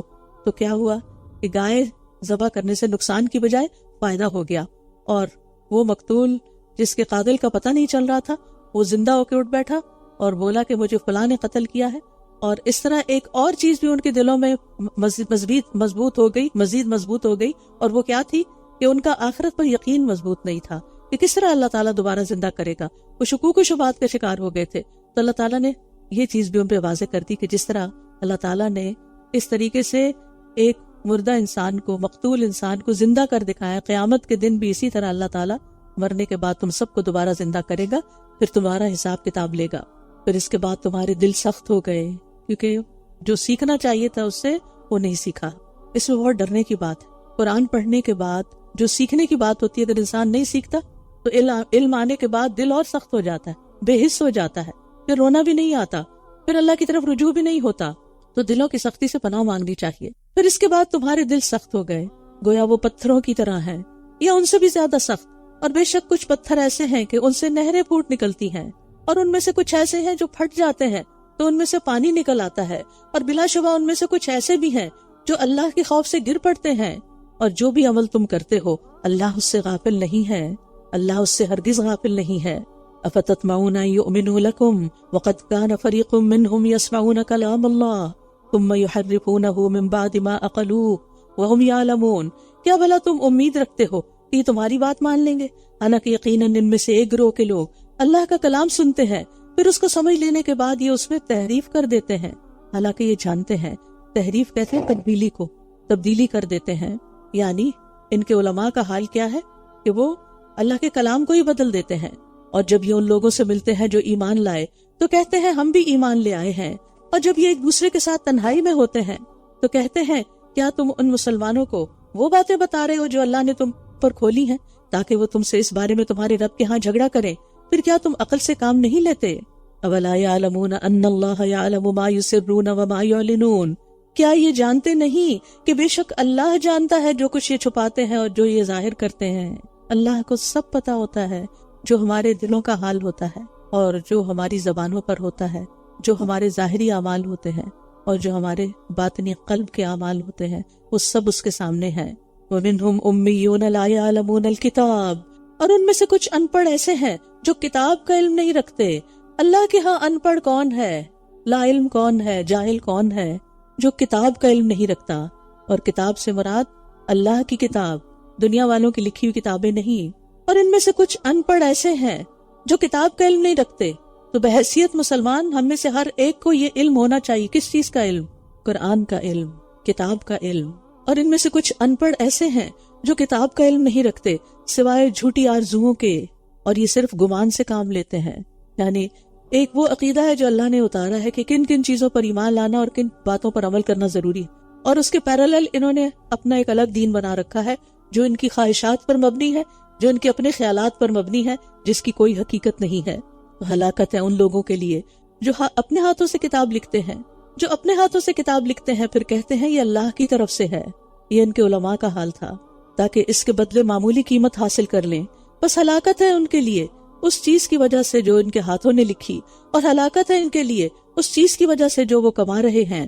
اور وہ کہتے ہیں ہمیں گنتی کے چند دن کے سوا دوزخ کی آگ ہرگز نہ چھوئے گی۔ اب یہ ان کے عقیدے کا ایک اور بگاڑ تھا، آخرت پر ایمان میں ایک اور نقص تھا کہ وہ سمجھتے تھے کہ ہم چاہے شرک کریں، کچھ بھی کریں، تو بس ہم چونکہ اللہ کے پیارے ہیں، اللہ کے محبوب ہیں، لہٰذا ہمیں اول تو ہم آگ میں جائیں گے نہیں، اور اگر گئے بھی تو چند دنوں کے بعد نکال لیے جائیں گے۔ کہہ دیجئے کیا تم نے اللہ سے کوئی عہد لے رکھا ہے؟ تو اللہ اپنے عہد کی کبھی خلاف ورزی نہ کرے گا، یا تم اللہ کے بارے میں وہ بات کہتے ہو جس کا تم خود بھی علم نہیں رکھتے۔ بلا من کسب سیئۃ واحاطت به خطیئتہ فاولئک اصحاب النار ہم فیہا خالدون، ہاں جس نے کوئی برائی کمائی اور اس کے گناہ نے اسے گھیر لیا تو یہی لوگ آگ والے ہیں، یہ اس میں ہمیشہ رہیں گے۔ اور وہ لوگ اور جو لوگ ایمان لائے اور انہوں نے نیک عمل کیے وہی جنت والے ہیں، وہ اس میں ہمیشہ رہیں گے۔ اب آئندہ اس آیت میں بنی اسرائیل سے کیے ہوئے ایک پختہ وعدے کا ذکر ہے، بنی اسرائیل کے اپنے رب سے کیے ہوئے۔ وَإِذْ أَخَذْنَا مِيثَاقَ بَنِي إِسْرَائِيلَ لَا تَعْبُدُونَ إِلَّا اللَّهَ وَبِالْوَالِدَيْنِ إِحْسَانًا وَذِي الْقُرْبَى وَالْيَتَامَى وَالْمَسَاكِينِ وَقُولُوا لِلنَّاسِ حُسْنًا وَأَقِيمُوا الصَّلَاةَ وَآتُوا الزَّكَاةَ ثُمَّ تَوَلَّيْتُمْ إِلَّا قَلِيلًا مِّنكُمْ وَأَنْتُمْ مُعْرِضُونَ۔ اور جب ہم نے بنی اسرائیل سے پختہ عہد لیا کہ تم اللہ کے سوا کسی کی عبادت نہ کرنا، اور ماں باپ، رشتہ داروں، یتیموں اور مسکینوں کے ساتھ حسن سلوک کرنا، اور لوگوں سے اچھی بات کہنا، اور نماز قائم کرنا، اور زکوٰۃ ادا کرنا، تو تھوڑے لوگوں کے سوا تم سب اس عہد سے پھر گئے، اور تم ہو ہی اعراض کرنے والے، منہ موڑنے والے۔ آج ہمارا حال کیا ہے؟ کیا ہمیں ان باتوں کا حکم نہیں دیا گیا کہ صرف ایک اللہ کی عبادت کریں، والدین کے ساتھ حسن سلوک کریں، رشتہ داروں سے اچھا سلوک کریں، یتیموں کے سر پہ ہاتھ رکھیں، مسکینوں کے لیے دوڑ دھوپ کریں، اور لوگوں سے بھلی بات کریں، کیونکہ الکلمۃ الطیبۃ صدقہ۔ لیکن آج ہمارے معاشرے میں کیا حال ہے، عقائد کا کیا حال ہے، عبادتوں کا کیا حال ہے، والدین کے ساتھ کیسا سلوک کیا جا رہا ہے، رشتہ داروں کے ساتھ کیسے تعلقات ہیں، یتیموں اور مسکینوں کا کتنا خیال ہے، اور بات کرتے ہوئے ہمارا انداز کیا ہوتا ہے، ہماری باتوں میں کتنی خوبصورتی ہے اور کتنے طنز اور کتنی چوٹیں اور کتنے تلخی۔ تو کیا واقعی ہم بھی اللہ کے احکامات پر عمل کر رہے ہیں؟ یہ تعلیمات، یہ احکامات صرف بنی اسرائیل کے لیے نہیں تھے، ان کی مثال دے کر ہمیں بھی سمجھایا جا رہا ہے یہ سب ہمارے کرنے کے کام ہیں۔ لہٰذا قرآن پڑھ کر اپنا جائزہ لیتے جائیں کہ ہم ان میں سے کہاں کہاں کوتاہی کر رہے ہیں، اور ہم ان چیزوں میں جو ہمارے ویک ایریاز ہیں ان کو نوٹ بھی کریں تاکہ ان پر ہم اچھی طرح عمل کریں۔ فرمایا تھوڑے لوگوں کے سوا تم سب اس عہد سے پھر گئے اور تم ہو ہی اعراض کرنے والے، اور جب ہم نے تم سے پختہ عہد لیا تھا کہ تم اپنے لوگوں کا خون نہ بہانا اور نہ اپنے لوگوں کو اپنے گھروں سے نکالنا، تو تم سب نے اقرار کر لیا تھا اور تم اس بات کے گواہ ہو۔ یہاں ایک اور عہد کی بات ہو رہی ہے۔ پھر تم وہی لوگ ہو کہ اپنوں ہی کو قتل کرتے ہو اور اپنے ہی ایک گروہ کو ان کے گھروں سے نکال دیتے ہو۔ تم ان کے خلاف گناہ اور زیادتی کے ساتھ دوسروں کی مدد کرتے ہو، اور اگر وہ تمہارے پاس قیدی بن کر آئے تو فدیہ دے کر انہیں چھڑا لیتے ہو، حالانکہ ان کا نکال دینا ہی تم پر حرام تھا۔ کیا تم کتاب اللہ کے کچھ حصے کو مانتے ہو اور کچھ کا انکار کرتے ہو؟ کیا تم اللہ کی کتاب کے کچھ حصے کو مانتے ہو اور کچھ کا انکار کرتے ہو؟ آج ہمارا حال کیا ہے؟ کیا ہم اللہ کی کتاب، ساری کتاب پر عمل کرتے ہیں، یا جو ہمیں پسند آئے وہ لے لیتے ہیں اور جو مشکل لگے اس کو چھوڑ دیتے ہیں؟ تو سن لیجئے پھر ایسے لوگوں کی سزا کیا ہے۔ تو جو تم میں سے ایسا کرے اس کی سزا اس کے سوا اور کیا ہو سکتی ہے کہ دنیا کی زندگی میں رسوائی ہو، اور قیامت کے دن ایسے لوگ شدید ترین عذاب کی طرف لوٹائے جائیں، اور جو عمل تم کرتے ہو اللہ اس سے ہرگز غافل نہیں ہے۔ یہی وہ لوگ ہیں جنہوں نے آخرت کے بدلے دنیا کی زندگی خرید لی۔ یعنی ایسا کیوں ہوتا ہے کہ انسان اللہ تعالیٰ کی کتاب کے واضح احکامات کو جھٹلا دیتا ہے؟ کب ہوتا ہے ایسے؟ جب دنیا کو آخرت پر ترجیح دیتا ہے، دنیا کے فائدوں کی خاطر آخرت کا نقصان کرتا ہے، بس نہ ان سے عذاب ہلکا کیا جائے گا اور نہ ہی یہ مدد کیے جائیں گے۔ اور بے شک ہم نے موسیٰ کو کتاب دی، اور اس کے بعد پے در پے کئی رسول بھیجے، اور ہم نے عیسیٰ ابن مریم کو واضح نشانیاں دی، اور روح القدس جبریل علیہ السلام کے ذریعے اس کی تائید کی۔ تو کیا پھر ایسا نہ ہوا کہ جب کبھی تمہارے پاس کوئی رسول ایسی چیز لے کر آیا جسے تمہارے نفس پسند نہ کرتے تھے تو تم نے تکبر کیا، پھر ایک گروہ کو تم نے جھٹلا دیا اور ایک گروہ کو تم قتل کرتے رہے؟ اور انہوں نے کہا ہمارے دل غلاف میں ہیں، بلکہ ان کے کفر کی وجہ سے اللہ نے ان پر لعنت کی ہے، لہٰذا یہ بہت کم ایمان لاتے ہیں۔ دل غلاف میں ہے یعنی ہمارے دلوں پہ پردہ ہے۔ یہ پردہ کیوں پڑتا ہے؟ جب انسان اللہ کی بات نہیں ماننا چاہتا، جب دل سخت ہو جاتا ہے، جب اللہ کی رحمت سے دور ہو جاتا ہے، جب اس پر اللہ کی پٹکار پڑتی ہے، لہٰذا پھر انسان کو کم ہی عمل کرنا نصیب ہوتا ہے۔ اور جب اللہ کی طرف سے ان کے پاس ایک ایسی کتاب آ گئی جو اس کی تصدیق کرنے والی ہے جو ان کے پاس ہے، حالانکہ اس سے پہلے وہ کفر کرنے والوں کے خلاف فتح مانگا کرتے تھے، تو جب ان کے پاس وہ چیز آ گئی جسے یہ پہچان گئے تھے تو انہوں نے اس کا انکار کر دیا۔ بس اللہ کی لعنت ہے انکار کرنے والوں پر۔ کتنی بری ہے وہ چیز جس کے بدلے انہوں نے اپنے آپ کو بیچ ڈالا کہ وہ اس کا انکار کرتے ہیں جو اللہ نے نازل کیا، محض ضد کی بنا پر کہ اللہ اپنے بندوں میں سے جس پر چاہتا ہے اپنا فضل نازل فرما دیتا ہے، کہ اللہ اپنے بندوں میں سے جس پر چاہتا ہے اپنا فضل نازل فرماتا ہے، تو وہ غضب پر غضب لے کر لوٹے، اور کافروں کے لیے رسوا کن عذاب ہے۔ اور جب ان سے کہا جاتا ہے کہ اس پر ایمان لاؤ جو اللہ نے نازل کیا ہے، تو یہ کہتے ہیں کہ ہم تو صرف اسی کو مانیں گے جو ہم پر نازل کیا گیا ہے۔ تو بات یہ نہیں ہوتی کہ ہم پہ نازل ہوا یا کس پہ نازل ہوا، بات یہ ہے کہ کس نے نازل کیا، کس کا حکم ہے۔ اسی لیے آپ نے متقین کی صفات میں پڑھا الذین یؤمنون بما انزل الیک وما انزل من قبلک، کہ وہ جو آپ اس پر ایمان لاتے ہیں جو آپ کی طرف نازل کیا گیا اور اس پر جو آپ سے پہلے نازل کیا گیا۔ تو بحیثیت مسلمان ہمارے اوپر لازم ہے کہ ہم پچھلی تمام کتابوں پر ایمان لائیں، اور بنی اسرائیل کے لیے لازم تھا کہ وہ محمد صلی اللہ علیہ وسلم پر ایمان لائیں اور قرآن مجید کو اللہ کی کتاب مانیں اور اس پر ایمان لائیں، لیکن انہوں نے کہا، صاف انکار کر دیا کہ ہم تو بس اسی کو مانیں گے جو ہم پر نازل کیا گیا، اور جو کچھ اس کے علاوہ ہے اس کا یہ انکار کرتے ہیں، حالانکہ وہ حق ہے اور اس کی تصدیق کرنے والا ہے جو ان کے پاس ہے۔ کہہ دیجئے اگر تم ایمان والے ہو تو اس سے پہلے اللہ کے نبیوں کو کیوں قتل کرتے رہے؟ اگر تم ایمان والے ہو تو اس سے پہلے اللہ کے نبیوں کو کیوں قتل کرتے رہے؟ تو اس سے کیا پتہ چلتا ہے کہ انسان کو حق کا متلاشی ہونا چاہیے، حق کی تلاش میں ہونا چاہیے. یہ نہیں سوچنا چاہیے کہ ہم تو صرف وہ مانیں گے جو ہمارے والدین مانتے تھے، ہمارے آباء و اجداد مانتے تھے، یا ہمارے بزرگوں کا دین تھا، یا ہمارے خاندان میں یہ رسمیں ہوتی تھی، یا ہمارے بڑوں کا یہ عقیدہ تھا. ہمیں کس چیز کی تلاش ہونی چاہیے؟ سوچئے، کس چیز کی تلاش؟ حق کی تلاش. اور حق کہاں ہے؟ قرآن میں ہے، رسول اللہ صلی اللہ علیہ وسلم کی سنت میں ہے، ان کی سیرت میں ہے. لہٰذا ہمیں ہمارے لیے یہ معیار ہونا چاہیے اور خالی ذہن ہو کر قرآن کو سیکھنا چاہیے کہ مجھے اس سے ہدایت لینی ہے، کیونکہ ذالک الکتاب لا ریب فیہ ھدی للمتقین، یہ کتاب جس میں کوئی شک نہیں، یہ متقی لوگوں کو ہدایت دیتی ہے. تو ہدایت پانے کے لیے شرط ہے تقویٰ، اور تقویٰ کیا ہے؟ اللہ کا ڈر. اور اللہ کا ڈر ہی انسان کو اس قابل بناتا ہے کہ پھر وہ اللہ کی بات کو اہمیت دیتا ہے. عام زندگی میں بھی آپ دیکھیے، آپ کو جس کا ڈر ہوتا ہے آپ اس کی بات مانتے ہیں. بچوں کو والدین کا جب ڈر ہوتا ہے تو کیا کرتے ہیں؟ والدین کی بات مانتے ہیں. استاد کا ڈر ہوتا ہے، استاد کی بات مانتے ہیں. تو ایک محبت ہوتی ہے جو اطاعت کرواتی ہے، اور ایک ڈر ہوتا ہے جو اطاعت کرواتا ہے. تو جب اللہ کا ڈر ہوگا تو پھر اطاعت بھی ہوگی، اور اگر وہ نہیں ہوگا تو پھر منمانیاں ہوں گی. اور ان کے اندر اللہ کا ڈر تو تھا نہیں، ان کے اندر اللہ کا ڈر تو تھا نہیں. اسی لیے انہوں نے انبیاء تک کو قتل کر دیا. جو انہیں حق بات بتاتا اسی کو ختم کر دیتے. یعنی خود نہیں بدلتے تھے، کتاب کو بدل دیتے، خود نہیں بدلتے تھے، حق بتانے والے کو مار ڈالتے تھے. آج آپ دیکھیں کہ مسلمانوں کے اندر بھی یہ وبا کتنی عام ہو گئی ہے کہ جو عالم بھی حق بات کرتا ہے، لوگوں کو توحید پر لاتا ہے، لوگوں کو سنت کی پیروی کی تعلیم دیتا ہے، بعض اوقات اس کی جان خطرے میں ہوتی ہے، اور بے شمار لوگوں کو اس وجہ سے، اس سو کالڈ قصور کی وجہ سے مار دیا گیا. وَلَقَدْ جَاءَكُم مُوسَىٰ بِالْبَيِّنَاتِ ثُمَّ اتَّخَذْتُمُ الْعِجْلَ مِن بَعْدِهِ وَأَنْتُمْ ظَالِمُونَ. اور یقیناً موسیٰ تمہارے پاس واضح نشانیاں لے کر آیا، پھر تم نے اس کے بعد بچڑے کو معبود بنا لیا، اور یوں تم ظلم کر رہے تھے. یعنی کھلے کھلے دلائل دیکھنے کے باوجود پھر تم نے وہ کیا جو نہیں کرنا چاہیے تھا. آپ دیکھیں کہ بنی اسرائیل کچھ عرصہ پہلے ہی فرعونیوں سے نجات پا کر سمندر پار کر کے، جسے موسیٰ علیہ السلام کی ایک عصا کی وجہ سے ایک سڑک کی شکل میں بدل دیا گیا، اس پر پانی کے اوپر سڑک بن گئی، اس سے چلتے ہوئے نجات پا کر اللہ کی بے شمار نشانیاں دیکھ کر وہ صحرائے طی میں آئے تھے، اور یہاں آ کر انہوں نے پھر وہی کام کیا جو نہیں کرنا چاہیے تھا. پھر وہ اللہ کو بھول کر بچڑے کو خدا بنا بیٹھے.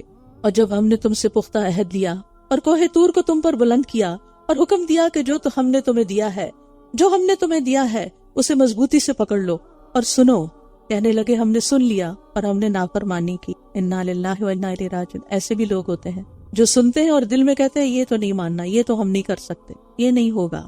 بنی اسرائیل بھی ایسے ہی تھے. سمعنا و عصینا. اس کے برعکس صحابہ نے کیا کہا تھا؟ سمعنا و اطعنا.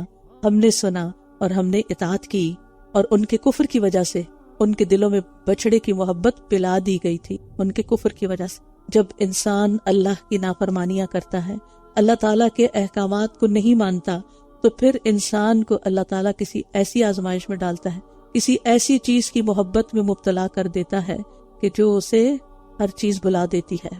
اپنے ہاتھوں سے بنایا ہوا بچڑا، اس کی اتنی شدید محبت کہ اس کی عبادت کرنے لگ گئے، اس کو معبود سمجھ لیا. ان کی عقل کو کیا ہو گیا تھا؟ کہہ دیجئے کتنا برا ہے وہ جس کا حکم تمہارا ایمان تمہیں دیتا ہے، کتنا برا ہے وہ جس کا حکم تمہارا ایمان تمہیں دیتا ہے اگر تم مومن ہو. یعنی اس کے ساتھ ساتھ تم اپنے آپ کو مومن بھی کہتے ہو. یہ کیسا ایمان ہے؟ تو اس سے یہ پتہ چلتا ہے کہ جب عمل میں خرابی آتی ہے تو وہ ایمان کے بھی منافی ہوتی ہے. یا تو ایمان ہوتا ہی نہیں یا ایمان کمزور ہوتا ہے. اس لیے عمل بہتر کرنے کے لیے ایمان کی تقویت کی ضرورت ہے، ایمان کو مضبوط کرنے کی ضرورت ہوتی ہے. قل ان كانت لكم الدار الآخرة عند الله خالصة من دون الناس فتمنوا الموت ان كنتم صادقین. آپ کہہ دیجئے اگر اللہ کے ہاں آخرت کا گھر تمام لوگوں کو چھوڑ کر خاص تمہارے ہی لیے ہے تو موت کی تمنا کرو اگر تم سچے ہو. یہاں آپ دیکھیے ان کے عقیدے کی خرابی تھی نا، اسی وجہ سے وہ سمجھتے تھے ہم جو چاہیں کر لیں، ہم اللہ کے پیارے ہیں، جنت ہمارے لیے. کہا ٹھیک ہے، اگر جنت تمہارے تو دنیا میں رہ کے کیا کرنا، موت کی دعا کرو تاکہ جنت میں جلدی پہنچو. فرمایا اور یہ ہرگز اس کی تمنا کبھی نہ کریں گے ان اعمال کی وجہ سے جو ان کے ہاتھ آگے بھیج چکے ہیں، اور اللہ ظالموں کو خوب جاننے والا ہے. اور آپ انہیں دیگر لوگوں سے بڑھ کر زندگی کا حریص پائیں گے، یہاں تک کہ مشرکوں سے بھی بڑھ کر. ان میں سے ہر ایک یہی چاہتا ہے کہ کاش وہ 1000 سال عمر دیا جائے، حالانکہ اتنی عمر کا دیا جانا بھی اسے عذاب سے بچانے والا نہیں، اور جو کچھ بھی یہ کرتے ہیں اللہ اسے خوب دیکھنے والا ہے۔ کہہ دیجئے جو کوئی جبرائیل کا دشمن ہے تو بے شک اس نے تو اس قرآن کو اللہ کے حکم سے آپ کے دل پر نازل کیا ہے، جو اس کی تصدیق کرنے والا ہے جو اس سے پہلے ہے، اور ایمان لانے والوں کے لیے سراسر ہدایت اور خوشخبری ہے۔ ان کی ایک اور بڑی مشکل یہ تھی کہ انہوں نے پوچھا کہ قرآن کون فرشتہ لے کر آتا ہے؟ پتہ چلا کہ جبریل، تو کہنے لگے جبریل کے تو ہم دشمن ہیں، وہ ہمارے اوپر عذاب لے کر آیا۔ تو اللہ تعالیٰ فرماتے ہیں کہ جبریل نے اپنی مرضی سے یہ سب کچھ نہیں اتارا، یہ تو اللہ کے حکم سے وہ لے کر نازل ہوا ہے۔ اور یہ قرآن، اس قرآن کو دیکھو کہ یہ کہتا کیا ہے، یہ اس کی تصدیق کرنے والا ہے جو اس سے پہلے ہے، یعنی یہ تمہاری کتابوں کی بھی تصدیق کرتا ہے، اور جو ایمان لے آئے ان کے لیے سراسر ہدایت اور خوشخبری ہے۔ جو کوئی اللہ کا، اب یہ کھول کے کان سن لیجیے، جو کوئی اللہ کا اور اس کے فرشتوں کا اور اس کے رسولوں کا اور جبرائیل اور میکائیل کا دشمن ہے تو بے شک اللہ ایسے کافروں کا دشمن ہے۔ اور یقیناً ہم نے آپ کی طرف واضح آیات نازل فرمائی ہیں، اور ان کا انکار وہی کرتے ہیں جو نافرمان ہیں، جو فاسق ہیں۔ کیا ہمیشہ ایسا نہیں ہوا کہ جب بھی ان لوگوں نے کوئی پختہ عہد کیا تو ان میں سے ایک گروہ نے اس کو اٹھا پھینکا، بلکہ ان کے اکثر لوگ ایمان ہی نہیں لاتے۔ اور جب ان کے پاس اللہ کی طرف سے وہ رسول آ گیا جو اس کتاب کی تصدیق کرنے والا ہے جو ان کے پاس ہے، تو جن لوگوں کو کتاب دی گئی ان میں سے ایک فریق نے اللہ کی کتاب کو اپنی پیٹھ پیچھے ایسے پھینک دیا گویا وہ جانتے ہی نہ ہو۔ اب یہ بنی اسرائیل نے کیا، یہ کتاب پیٹھ پیچھے پھینکی۔ مسلمانوں نے پیٹھ پیچھے تو نہیں پھینکی، اس کا تو بڑا لحاظ رکھتے ہیں کہ کمر نہ ہو، کسی کی بیک نہ ہو قرآن کی طرف، لیکن کیا بہت اونچا رکھ دیا، اتنا اونچا، اتنا عزت اور ادب کے مقام پر کہ وہاں تک ہاتھ ہی نہیں پہنچتا، وہ اتارا ہی نہیں جاتا۔ اتنی محبت کی کہ خوبصورت غلافوں میں لپیٹ دیا، اتنی محبت کی کہ خوبصورت طریقے سے لکھ کر اور اس کو میلا نہ ہو جائے، کہیں ہاتھ نہیں لگایا۔ اس کو پڑھنا تو درکنار، اس کو سمجھنا تو دور کی بات۔ کیا یہی مسلمانی ہے؟ کیا یہی کتاب کا حق ہے؟ کیا یہی دین ہے؟ ہم سب سوچیں ہمارا قرآن سے کیا تعلق ہے، کتنا تعلق ہے، ہماری اولادوں کا کتنا تعلق ہے۔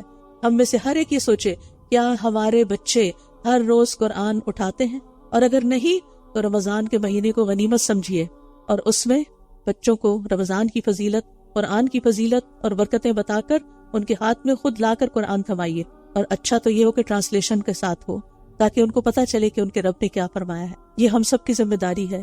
اگر آپ اپنے بچوں کو قرآن نہیں دیں گے تو کون دے گا؟ کس کی ذمہ داری سمجھتے ہیں؟ کون آئے گا پھر جو ان کے لیے اس کتاب کو کھولے گا؟ لہٰذا میک شور کہ ہمارے بچے ہر روز قرآن پڑھنے والے ہوں، صرف ہفتے میں 2 دن 3 دن نہیں، جب وہ مسجد یا مدرسہ جاتے ہوں ہر روز پڑھنے والے ہوں، ساری زندگی پڑھنے والے ہوں۔ ہمیں ہر روز کھانے کی ضرورت رہتی ہے، ہمیں ہر روز ریمائنڈرز کی ضرورت ہوتی ہے، ہماری روح کو، ہمارے دل کو روحانی غذا کی ضرورت ہوتی ہے جو ہمیں قرآن ہی سے ملتی ہے۔ یہ قرآن ہمارے لیے شفا ہے، یہ ہماری روح کی غذا تو ہے، ہمارے دلوں کے لیے شفا بھی ہے، ہمارے دلوں کی پریشانیوں، دکھوں اور غموں کا مداوا بھی ہے۔ آج آپ دیکھیں کتنے زیادہ مینٹل ہیلتھ کیسز بڑھتے چلے جا رہے ہیں، کتنے بچے سوئسائڈ کی طرف جاتے ہیں۔ اکثر اب یہ اتنی نارمل سی بات ہوگی، کسی اسکول میں جا کے پوچھ لیں، کسی کلاس میں، بڑی کلاس میں جا کے پوچھ لیں کہ کیا سارے بچوں کی ذہنی صحت ٹھیک ہے؟ اب بہت سے ایسے ملیں گے کہ جو بچے خود جا کے کہیں گے، اور شاید آپ سے خود بھی آ کے کہیں کہ ہمیں سوئسائڈل تھاٹس آتے ہیں، ہمیں خودکشی کے خیالات ہمارے دل میں آتے ہیں کہ اپنے آپ کو ختم کر دو۔ یہ کس چیز کا نتیجہ ہے؟ یہ کلام اللہ سے دوری کا نتیجہ ہے۔ اس کا علاج صرف قرآن میں ہے۔ آپ تھراپی کروائیں، آپ سوچ بدلیں، لیکن جب تک قرآن اس خلا کو پر نہیں کرے گا، اس روحانی ضرورت کو پورا نہیں کرے گا، اس وقت تک معاملہ حل ہونے والا نہیں۔ تو بنی اسرائیل نے اللہ کی کتاب کو پس پش ڈال دیا، بھلا دیا، گویا کہ وہ ایگزسٹ ہی نہیں کرتی۔ اور کن چیزوں کے پیچھے پڑ گئے یہ بھی ذرا دیکھیے۔ وَاتَّبَعُوا مَا تَتْلُو الشَّيَاطِينُ عَلَى مُلْكِ سُلَيْمَانَ، اور اس کی پیروی کرنے لگے جو سلیمان کی سلطنت میں شیاطین پڑھا کرتے تھے۔ اور سلیمان نے کفر نہیں کیا بلکہ شیطانوں نے ہی کفر کیا تھا۔ وہ لوگوں کو جادو سکھاتے تھے اور وہ اس کے پیچھے لگ گئے جو بابل میں 2 فرشتوں ہاروت اور ماروت پر اتارا گیا تھا، اور وہ دونوں کسی کو کچھ نہیں سکھاتے تھے جب تک یہ نہ کہہ دیتے کہ ہم تو صرف آزمائش ہیں، بس تم جادو سیکھ کر کفر نہ کرو۔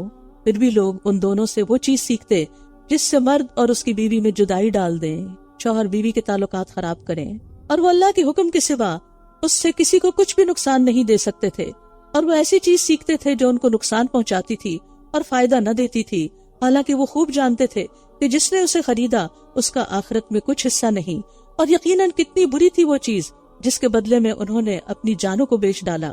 کاش وہ جانتے ہوتے تو بنی اسرائیل کا عام مرض کیا ہو گیا؟ کتاب اللہ کو جب چھوڑا تو پھر علاج کے لیے کس کے پیچھے لگ گئے؟ جادو ٹونے کے۔ آج آپ دیکھیں کہ لوگوں نے، ہم مسلمانوں نے کیا طریقہ اختیار کر لیا ہے۔ کسی بھی کام میں کوئی رکاوٹ آتی ہے، کوئی بھی زندگی میں مشکل آتی ہے تو پہلا خیال کیا آتا ہے؟ کسی نے کچھ کر دیا ہے، کسی نے کچھ کر دیا۔ ٹھیک ہے، جادو بہت عام ہو گیا ہے، لیکن ہر ایک نے کچھ کر نہیں دیا۔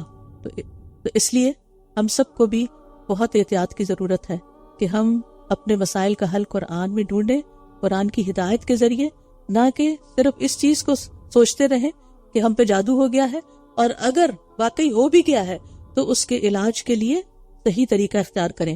اس کے لیے الہدا نے ایک کتاب بھی چھاپی ہے، جادو حقیقت اور علاج۔ یہ آپ کو پڑھنی چاہیے، بک سٹور سے اویلیبل ہے، تاکہ ہم صحیح علاج کریں، صحیح رستے پر جائیں، کیونکہ جادو کے توڑ کے لیے بعض طریقے ایسے ہیں جو انسان کو کفر اور شرک تک پہنچا دیتے ہیں۔ بنی اسرائیل کے آپ دیکھیے خرابی کہ وہ جادو کیوں سیکھتے تھے اور جادو کیوں کرتے تھے؟ تاکہ شوہر بیوی کو الگ کرے۔ مثلاً کسی عورت پر دل آ گیا، اب اس سے شادی نہیں کر سکتے کیونکہ آلریڈی شادی شدہ ہے، لہٰذا اب کیا کرو؟ اس کو کسی طرح اپنے میاں سے نفرت دلاؤ اور طلاق دلواؤ اور پھر اس کو اپنا لو۔ تو اس طرح کی بہت ساری خرابیاں اس معاشرے میں تھی۔ آج بھی آپ دیکھیں کہ بہت دفعہ ایسی خرابیاں سننے کو ملتی ہیں، لیکن یہ سب کچھ یعنی جادو کے ذریعے کوئی بھی کام نکلوانا، چاہے وہ جائز کام ہی کیوں نہ ہو۔ بعض لوگ جادو کا توڑ جادو سے کرواتے ہیں، وہ بھی طریقہ غلط ہے۔ کلام اللہ جو ہے وہ ہر چیز کی شفا ہے۔ کیا اللہ کے کلام سے بڑھ کر کوئی اور طاقتور کلام ہے؟ ہرگز نہیں۔ تو جادو میں تو آپ دیکھیں کہ جو جادوگر ہوتے ہیں عام طور پر شیاطین اور جنات وغیرہ کو پکارتے ہیں، اس میں پھر شرک بھی ہوتا ہے۔ اور اگر وہ وَلَوْ أَنَّهُمْ آمَنُوا وَاتَّقَوْا لَمَثُوبَةٌ مِّنْ عِندِ اللَّهِ خَيْرٌ لَوْ كَانُوا يَعْلَمُونَ، اور اگر وہ واقعی ایمان لے آتے اور تقوی اختیار کرتے تو ضرور اللہ کے ہاں اچھا ثواب پاتے، کاش وہ جانتے ہوتے۔ یا ایھا الذین آمنوا لا تقولوا راعنا وقولوا انظرنا واسمعوا وللکافرین عذاب علیم۔ اے لوگو جو ایمان لائے ہو، راعنا ہماری رعایت کیجئے، مت کہو، بلکہ انظرنا ہماری طرف نظر کیجئے کہا کرو، اور غور سے سنا کرو، اور انکار کرنے والوں کے لیے دردناک عذاب ہے۔ نبی صلی اللہ علیہ وسلم کی مجالس میں جب کوئی بات کسی کو سمجھ نہیں آتی تھی تو وہ نبی صلی اللہ علیہ وسلم کو متوجہ کرنے کے لیے کہتے، رائنا آپ ہماری رعایت کیجیے، ہمیں دوبارہ بتا دیجیے، ہمیں بات سمجھ نہیں آئی۔ اس لفظ کو جو اہل کتاب میں سے نبی صلی اللہ علیہ وسلم کی مجلس میں آتے وہ کیا کہتے؟ رائنا، ہمارا گڈریا، ہمارا چرواہا۔ اللہ سبحانہ وتعالیٰ نے ان سے تو کلام ہی نہیں کیا، مسلمانوں کو کیا حکم دیا؟ تم یہ لفظ ہی بدل دو، وہ لفظ ہی نہ بولو کہ جس سے ایسی بات نکل رہی ہے کہ جو نبی صلی اللہ علیہ وسلم کی شان کے خلاف ہے۔ لہٰذا اس سے ایک بہت بڑی حکمت کی بات پتہ چلتی کہ بعض اوقات ہم دوسروں سے لڑائی نہیں کر سکتے، اس میں بہت سبق ضائع ہو جاتا ہے۔ اس میں انسان کو یہ دیکھنا چاہیے کہ اس کا آلٹرنیٹ کیا ہے، یعنی دوسرے کو موقع ہی نہ دے، تم دوسروں کو موقع نہ دو۔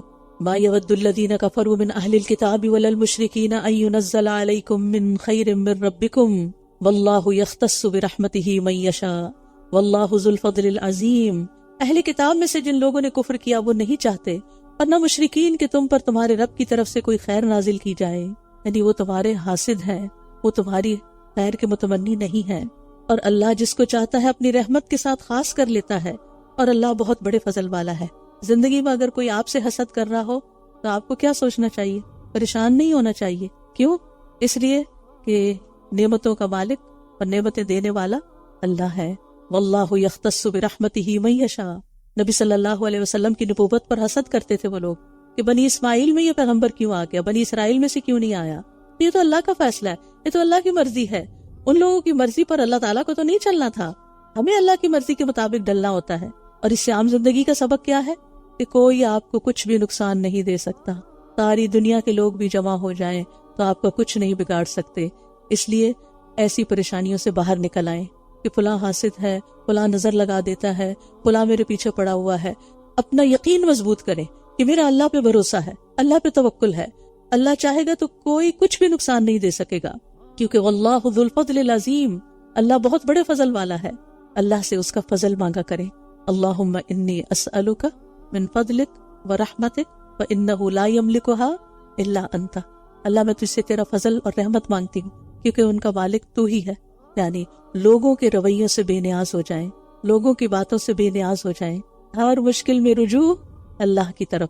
بس آج کے بارے میں جو اہم ترین سبق ہم نے بس ایک سبق روز سیکھ لیں، 30 سبق 30 پاروں میں ہو جائیں گے، اور وہ کیا ہے کہ ہمیں ہر مشکل میں اللہ کی طرف رجوع کرنا ہے۔ سب سے پہلے اسی کو یاد کرنا ہے، سب سے پہلے اسی کی بارگاہ میں جانا ہے، اسی سے امیدیں رکھنی ہیں، اسی سے ساری توقعات رکھنی ہیں اور اسی کی اطاعت کرنی ہے، وہ کام کرنے ہیں جس سے اللہ کی رحمت ہماری طرف متوجہ ہو۔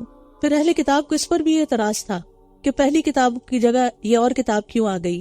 فرمایا ما ننسخ من آیت او ننسها نأتی بخیر منها او مثلها، ہم جس آیت کو منسوخ کر دیتے ہیں یا اسے بھلوا دیتے ہیں تو ہم اس سے بہتر یہ اس جیسی اور چیز لے آتے ہیں، تو ہم اس سے بہتر یہ اس جیسی اور لے آتے ہیں۔ کیا آپ نہیں جانتے کہ بے شک اللہ ہر چیز پر پوری قدرت رکھنے والا ہے؟ اور خود قرآن کے اندر بھی ناسخ و منسوخ ہے کہ بعض احکامات پہلے آئے اور پھر اس کے بعد ان کو بلوا دیا گیا اور دوسرے احکامات آئے، تو اس پر بھی لوگوں کو اعتراض تھا، تو اس کا بھی جواب دیا گیا ہے۔ الم تعلم ان اللہ لہ ملک السماوات والارض وما لکم من دون اللہ من ولی ولا نصیر۔ اس آیت کو ہائی لائٹ کر لیں، اس آیت کا نمبر نوٹ کر لیں، اور جب دل پریشان ہو بلند آواز سے اس آیت کو پڑھیں۔ کیا آپ نہیں جانتے کہ بے شک آسمانوں اور زمین کی بادشاہت اللہ ہی کے لیے ہے اور تمہارے لیے اللہ کے سوا نہ کوئی دوست ہے نہ کوئی مددگار؟ اصل مدد اللہ کی طرف سے آتی ہے، ومن نصر الا من عند اللہ، اور اصل دوست اور اصل مددگار تو اللہ ہی ہے۔ کیا آپ نہیں جانتے کہ بے شک آسمانوں اور زمین کی بادشاہت اللہ ہی کے لیے؟ جب اصل بادشاہ وہ ہے، جب مالک وہ ہے، تو پھر کوئی اور کیا دے سکتا ہے؟ پھر کسی اور کے در پہ کیا جانا؟ کسی اور سے بھیک کیوں مانگنا؟ کسی اور سے توقع کیوں رکھنا؟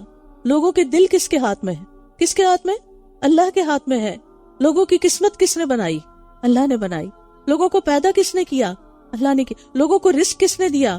اللہ نے دیا۔ لوگوں نے جانا کس کے پاس واپس ہے؟ اللہ کے پاس۔ تو پھر سب چیزوں کا مالک جب اللہ ہے تو پھر ہم اسی کو اپنا دوست اور مددگار کیوں نہ سمجھے؟ اسی سے اپنا تعلق کیوں نہ مضبوط کریں؟ اسی کی فرما برداری کیوں نہ کریں؟ اسی کے بندے کیوں نہ بن جائیں؟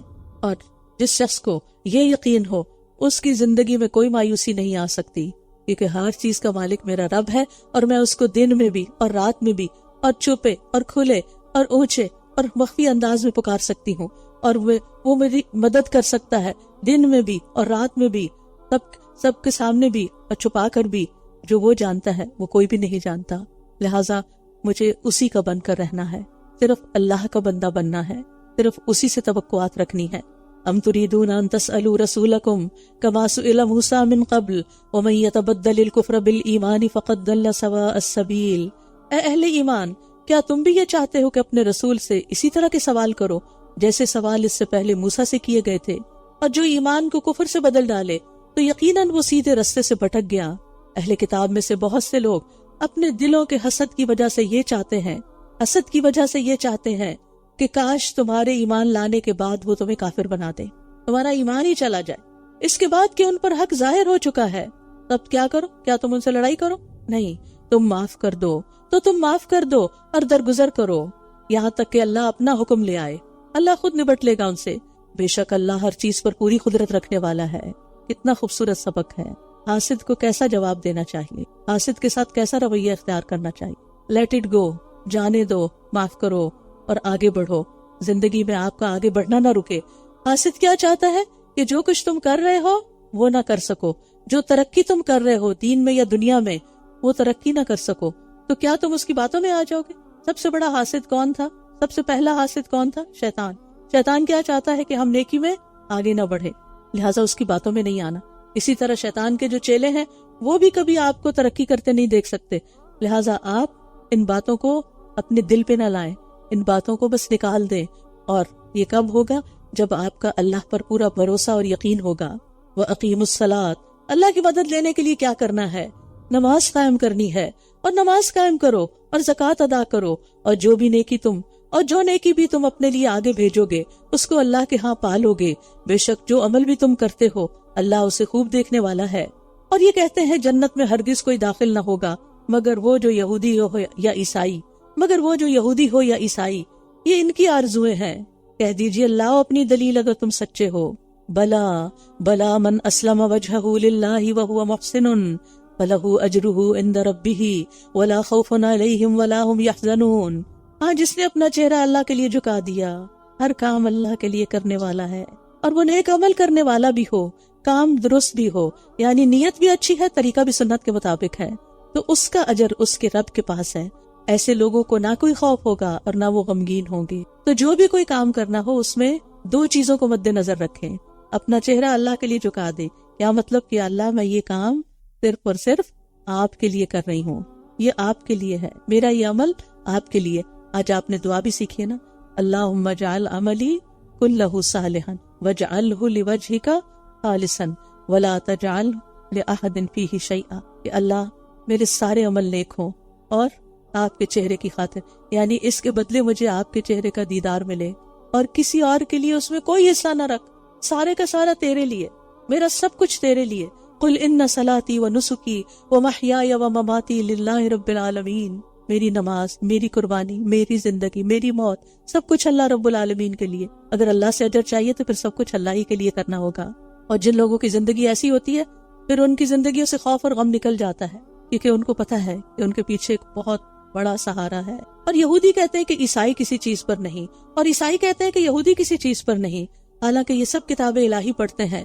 انہی کی طرح کی بات ان لوگوں نے بھی کہی جو کچھ بھی علم نہیں رکھتے۔ بس قیامت کے دن اللہ ان کے درمیان اس معاملے میں فیصلہ کر دے گا جس میں وہ اختلاف کیا کرتے تھے، اور اس سے بڑا ظالم اور کون ہوگا جو اللہ کی مسجدوں میں اس کا نام ذکر کیے جانے سے روکے اور ان کی ویرانی کے لیے کوشاں ہو۔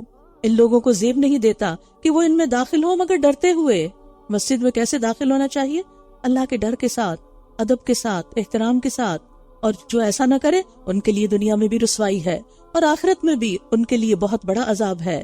وَلِلَّهِ الْمَشْرِقُ وَالْمَغْرِبُ فَأَيْنَمَا تُوَلُّوا فَثَمَّ وَجْهُ اللَّهِ إِنَّ اللَّهَ وَاسِعٌ عَلِيمٌ، اور مشرق و مغرب تو اللہ ہی کے ہیں، لہٰذا جس طرف بھی تم رخ کرو گے بس وہی اللہ کا چہرہ ہے، بے شک اللہ وسعت والا بہت علم والا ہے۔ اور یہ لوگ کہتے ہیں کہ اللہ نے بیٹا بنا رکھا ہے، پاک ہے وہ، بلکہ اسی کے لیے ہے جو کچھ آسمانوں اور زمین میں ہے، سب اسی کے فرما بردار ہے۔ جو آسمانوں اور زمین کا مالک ہے اس کو بیٹے کی ضرورت نہیں ہے۔ بدیع السماوات والارض واذا قضى امرا فانما يقول له كن فيكون، آسمانوں اور زمین کا نئے سرے سے پیدا کرنے والا ہے، اور جب وہ کسی کام کا فیصلہ کرتا ہے تو اس کے لیے بس یہی کہتا ہے کہ ہو جا، تو وہ ہو جاتا ہے۔ یہ ہے کن فیکون۔ اللہ تعالیٰ سے جب دعا کیا کرے نا، کہا کرے یا اللہ آپ کے لیے تو بس کن فیکون ہے، آپ کے لیے تو کوئی مشکل نہیں، آپ میرے حق میں بھی کن کہہ دیں، میری یہ مشکل آسان کر دیں، میرا یہ کام آسان کر دیں، تو اللہ تعالیٰ کے لیے کچھ مشکل۔ اللہ سبحانہ تعالیٰ سے نا لاڈ کیا کریں، پیار سے مختلف طرح کی آیات اور اس کے اچھے اچھے ناموں کا واسطہ دے کر اس سے بات کیا کریں، اللہ سے دل کی باتیں کیا کریں، اللہ سے اپنے غم اور دکھ کا اظہار کیا کریں۔ انما اشکو بثی وحزنی الی اللہ، کیونکہ وہ سنتا ہے۔ بندوں کے سامنے جب ہم لمبی کہانی ڈالتے ہیں نا تو وہ سنتے بھی نہیں، وہ کان بند کر لیتے ہیں، وہ اور ان کا دل اچاٹ ہو رہا ہوتا ہے۔ لیکن اللہ سبحانہ تعالیٰ وہ تو ہماری آہیں بھی سنتا ہے، ہماری سسکیاں بھی سنتا ہے، ہمارے دل کے اندر اٹھنے والے خیالات تک کو جانتا ہے۔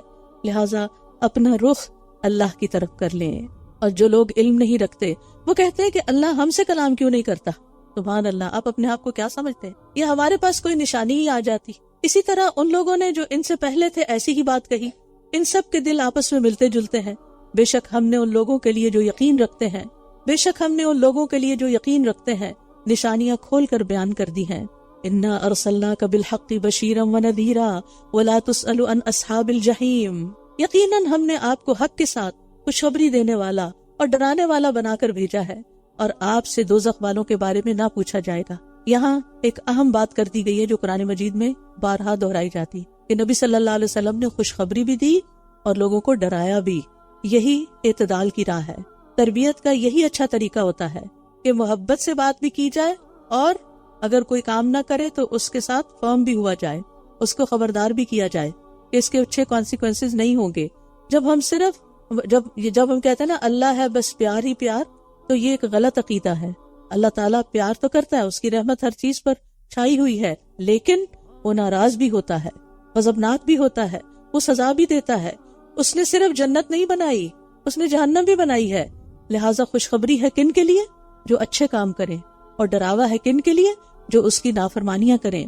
وَلَن تَرْضَىٰ عَنْكَ الْيَهُودُ وَلَا النَّصَارَىٰ حَتَّىٰ تَتَّبِعَ مِلَّتَهُمْ، اور یہود و نصارہ آپ سے ہرگز راضی نہ ہوں گے جب تک آپ ان کی ملت کی پیروی نہ کریں۔ کہہ دیجئے کہ بے شک اللہ کی ہدایت ہی اصل ہدایت ہے۔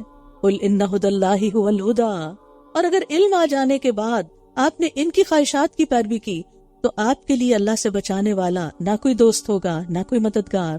بڑی ہی اہم بات یہاں کی گئی ہے کہ ہدایت اللہ کی طرف سے آتی ہے، کسی فرقہ واریت میں ہدایت نہیں ہوتی۔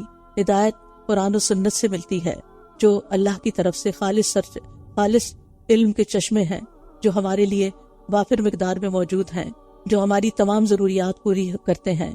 اور اگر کوئی شخص قرآن و سنت کو چھوڑ کر وَلَئِنِ اتَّبَعْتَ أَهْوَاءَهُمْ خواہشات کی پیروی کرتا ہے تو پھر اس کے بھٹک جانے گمراہ ہونے میں کوئی شک نہیں۔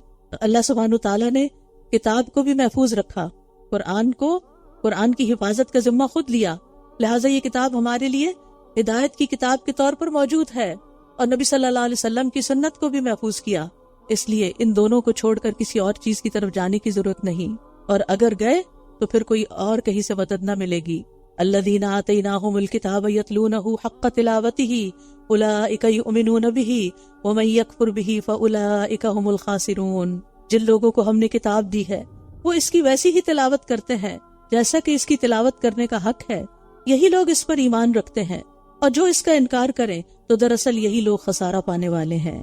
کتاب پر ایمان لانے کا تقاضا کیا ہے کہ اس کی تلاوت کا حق ادا کیا جائے، اور تلاوت کا حق کیسے ادا ہوتا ہے؟ اس کے الفاظ کو صحیح پڑھ کر، اس پر سب سے پہلے تو اس پر ایمان لا کر، پھر اس کے الفاظ کو درست پڑھ کر، پھر اس کے معنی کو جان کر، پھر اس میں مزید غور و فکر اور تدبر کر کے، پھر اس پر عمل کر کے، اور پھر اس کو پڑھ کے سنا کر دوسروں کو سکھا کر، تو اس کتاب کا حق کے تلاوت ادا کرنا ہے۔ اور جو اس کتاب کا انکار کر دے تو وہ دراصل نقصان سارا پانے والا ہے، نقصان اٹھانے والا ہے۔ پھر فرمایا یا بنی اسرائیل اذکروا نعمتی التی انعمت علیکم وانی فضلتکم علی العالمین۔ اے بنی اسرائیل، میری اس نعمت کو یاد کرو جو میں نے تم پر انعام کی تھی۔ ان میں انبیاء بھیجے، ان میں بادشاہ بھیجے، انہیں دین اور دنیا کی نعمتیں عطا کی۔ یوسف علیہ السلام ان میں پہلے نبی تھے، یعنی یعقوب علیہ السلام بھی نبی تھے، ان کے والد، اور اس سے پہلے اسحاق علیہ السلام بھی، لیکن یوسف علیہ السلام تھے جن کو اللہ تعالیٰ نے بادشاہت بھی دی تھی اور نبوت بھی عطا کی، اور سب سے آخر میں عیسیٰ علیہ السلام ان کی طرف بھیجے گئے تھے۔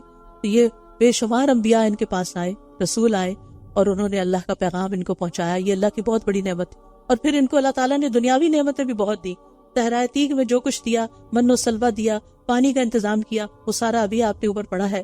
اور پھر سب سے بڑی بات یہ کہ اس دور کے لوگوں کے لیے انہیں چن لیا گیا، وَأَنِّي فَضَّلْتُكُمْ عَلَى الْعَالَمِينَ، اور بے شک میں نے تمہیں تمام جہانوں پر فضیلت بخشی تھی، یعنی سب لوگوں پر، یعنی بیسیکلی تمام جہان والوں پر فضیلت بخشی تھی۔ کیوں؟ تاکہ وہ لوگوں کو اللہ کا پیغام پہنچائے۔ اللہ نے ان کو اپنی کتاب کے لیے چنا اور پھر ان کے ذریعے دوسروں کی ہدایت کا ذمہ ان پہ ڈالا، لیکن انہوں نے اپنی ذمہ داری نہیں پوری کی تو دوسری قومیں ان پر چڑھ دوڑی۔ بنی اسرائیل سے جب یہ فضیلت لے لی گئی، اس کے بعد یہ فضیلت کس کو ملی؟ امت مسلمہ کو۔ لہٰذا ہماری عزت اور ہماری فضیلت اسی میں ہے کہ ہم اس کتاب پر عمل کرنے والے ہوں اور اس کا پیغام دوسروں تک پہنچانے والے ہوں۔ وَاتَّقُوا يَوْمًا لَا تَجْزِي نَفْسٌ عَن نَفْسٍ شَيْئًا وَلَا يُقْبَلُ مِنْهَا عَدْلٌ وَلَا تَنْفَعُهَا شَفَاعَةٌ وَلَا هُمْ يُنصَرُونَ، اور اس دن سے ڈرو جب کوئی کسی کے کچھ کام نہ آئے گا، اور نہ ہی اس سے کوئی بدلہ قبول کیا جائے گا، اور نہ اسے کوئی سفارشی فائدہ دے گی، اور نہ ہی وہ مدد دیے جائیں گے۔ وَإِذِ ابْتَلَىٰ إِبْرَاهِيمَ رَبُّهُ بِكَلِمَاتٍ فَأَتَمَّهُنَّ قَالَ إِنِّي جَاعِلُكَ لِلنَّاسِ إِمَامًا قَالَ وَمِن ذُرِّيَّتِي قَالَ لَا يَنَالُ عَهْدِ الظَّالِمِينَ۔ اب ابراہیم علیہ السلام کو ایک رول ماڈل کے طور پر پیش کیا جا رہا ہے کہ تمہارے لیے ان کی ذات میں ایک بہترین نمونہ ہے۔ کیسے تھے ابراہیم علیہ السلام؟ کیا کیا تھا انہوں نے؟ اور جب ابراہیم کو اس کے رب نے چند باتوں سے آزمایا تو اس نے ان کو پورا کر دکھایا۔ آپ کو یاد ہے نا ان کی آزمائشیں، کہ کس طرح ان کے والدین نے ان کو ڈسون کر دیا، ان کے لیے آگ کا الاؤ تیار کر کے ان پہ پھینکوایا گیا، پھر ان کو ہجرت کرنی پڑی، پھر اس کے بعد ان کو ایک ظالم بادشاہ سے واسطہ پیش آیا، پھر اس کے بعد جب بہت طویل عرصے کے بعد ان کو بڑھاپے میں بیٹا نصیب ہوا تو بیٹے کو ذبح کرنے کا حکم دیا گیا۔ اس کے علاوہ بھی کئی آزمائشیں تھی، لیکن ابراہیم علیہ السلام ہر آزمائش میں پورے اترے۔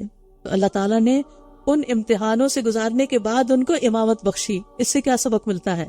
کہ امامت کے لائق انسان جب ہی ہوتا ہے، لیڈرشپ کے لائق انسان جب ہی ہوتا ہے جب وہ امتحانوں سے گزرتا ہے، جب اس کی اچھی ٹریننگ ہو جاتی، تربیت ہو جاتی ہے۔ تو اس وقت ابراہیم علیہ السلام نے کہا میری اولاد بھی۔ آپ خود سوچئے کہ انسان کو جب کوئی نعمت ملتی ہے تو پھر اس کا دل سب سے پہلے کیا ہوتا ہے؟ آپ جب کچھ اچھا کھا رہے ہوتے ہیں تو آپ کا دل کیا ہوتا ہے کہ بچے بھی اچھے کھائیں، بلکہ آپ رکھ دیتے ہیں کہ وہ کھا لیں، چاہے وہ نہ کھائیں اور خراب ہو جائے، نہ آپ کے کام کی نہ ان کے کام کی، لیکن آپ کا دل یہی ہوتا ہے کہ یہ بچوں کو بھی ملے۔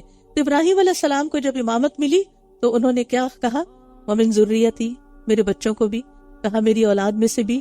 فرمایا میرا عہد ظالموں تک نہیں پہنچتا، آپ کی اولاد میں سے لیڈرشپ ان کو نہیں ملے گی جو ظالم ہوں گے، جو آپ کے طریقے پر نہیں چلیں گے۔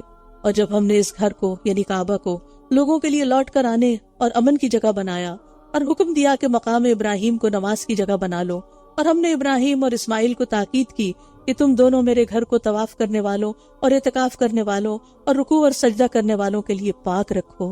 چنے ہوئے پیغمبر ہیں اور انہیں حکم دیا جا رہا ہے کہ بیت اللہ کی صفائی کریں، اس کو صاف رکھیں، شرک سے بھی پاک رکھیں، بتوں سے بھی پاک رکھیں، اور ویسے بھی اس کو صاف ستھرا رکھیں۔ تو اس سے پتہ چلتا ہے کہ عبادت گاہوں کو صاف ستھرا ہونا چاہیے اور ان کی صفائی کا اہتمام کرنا چاہیے۔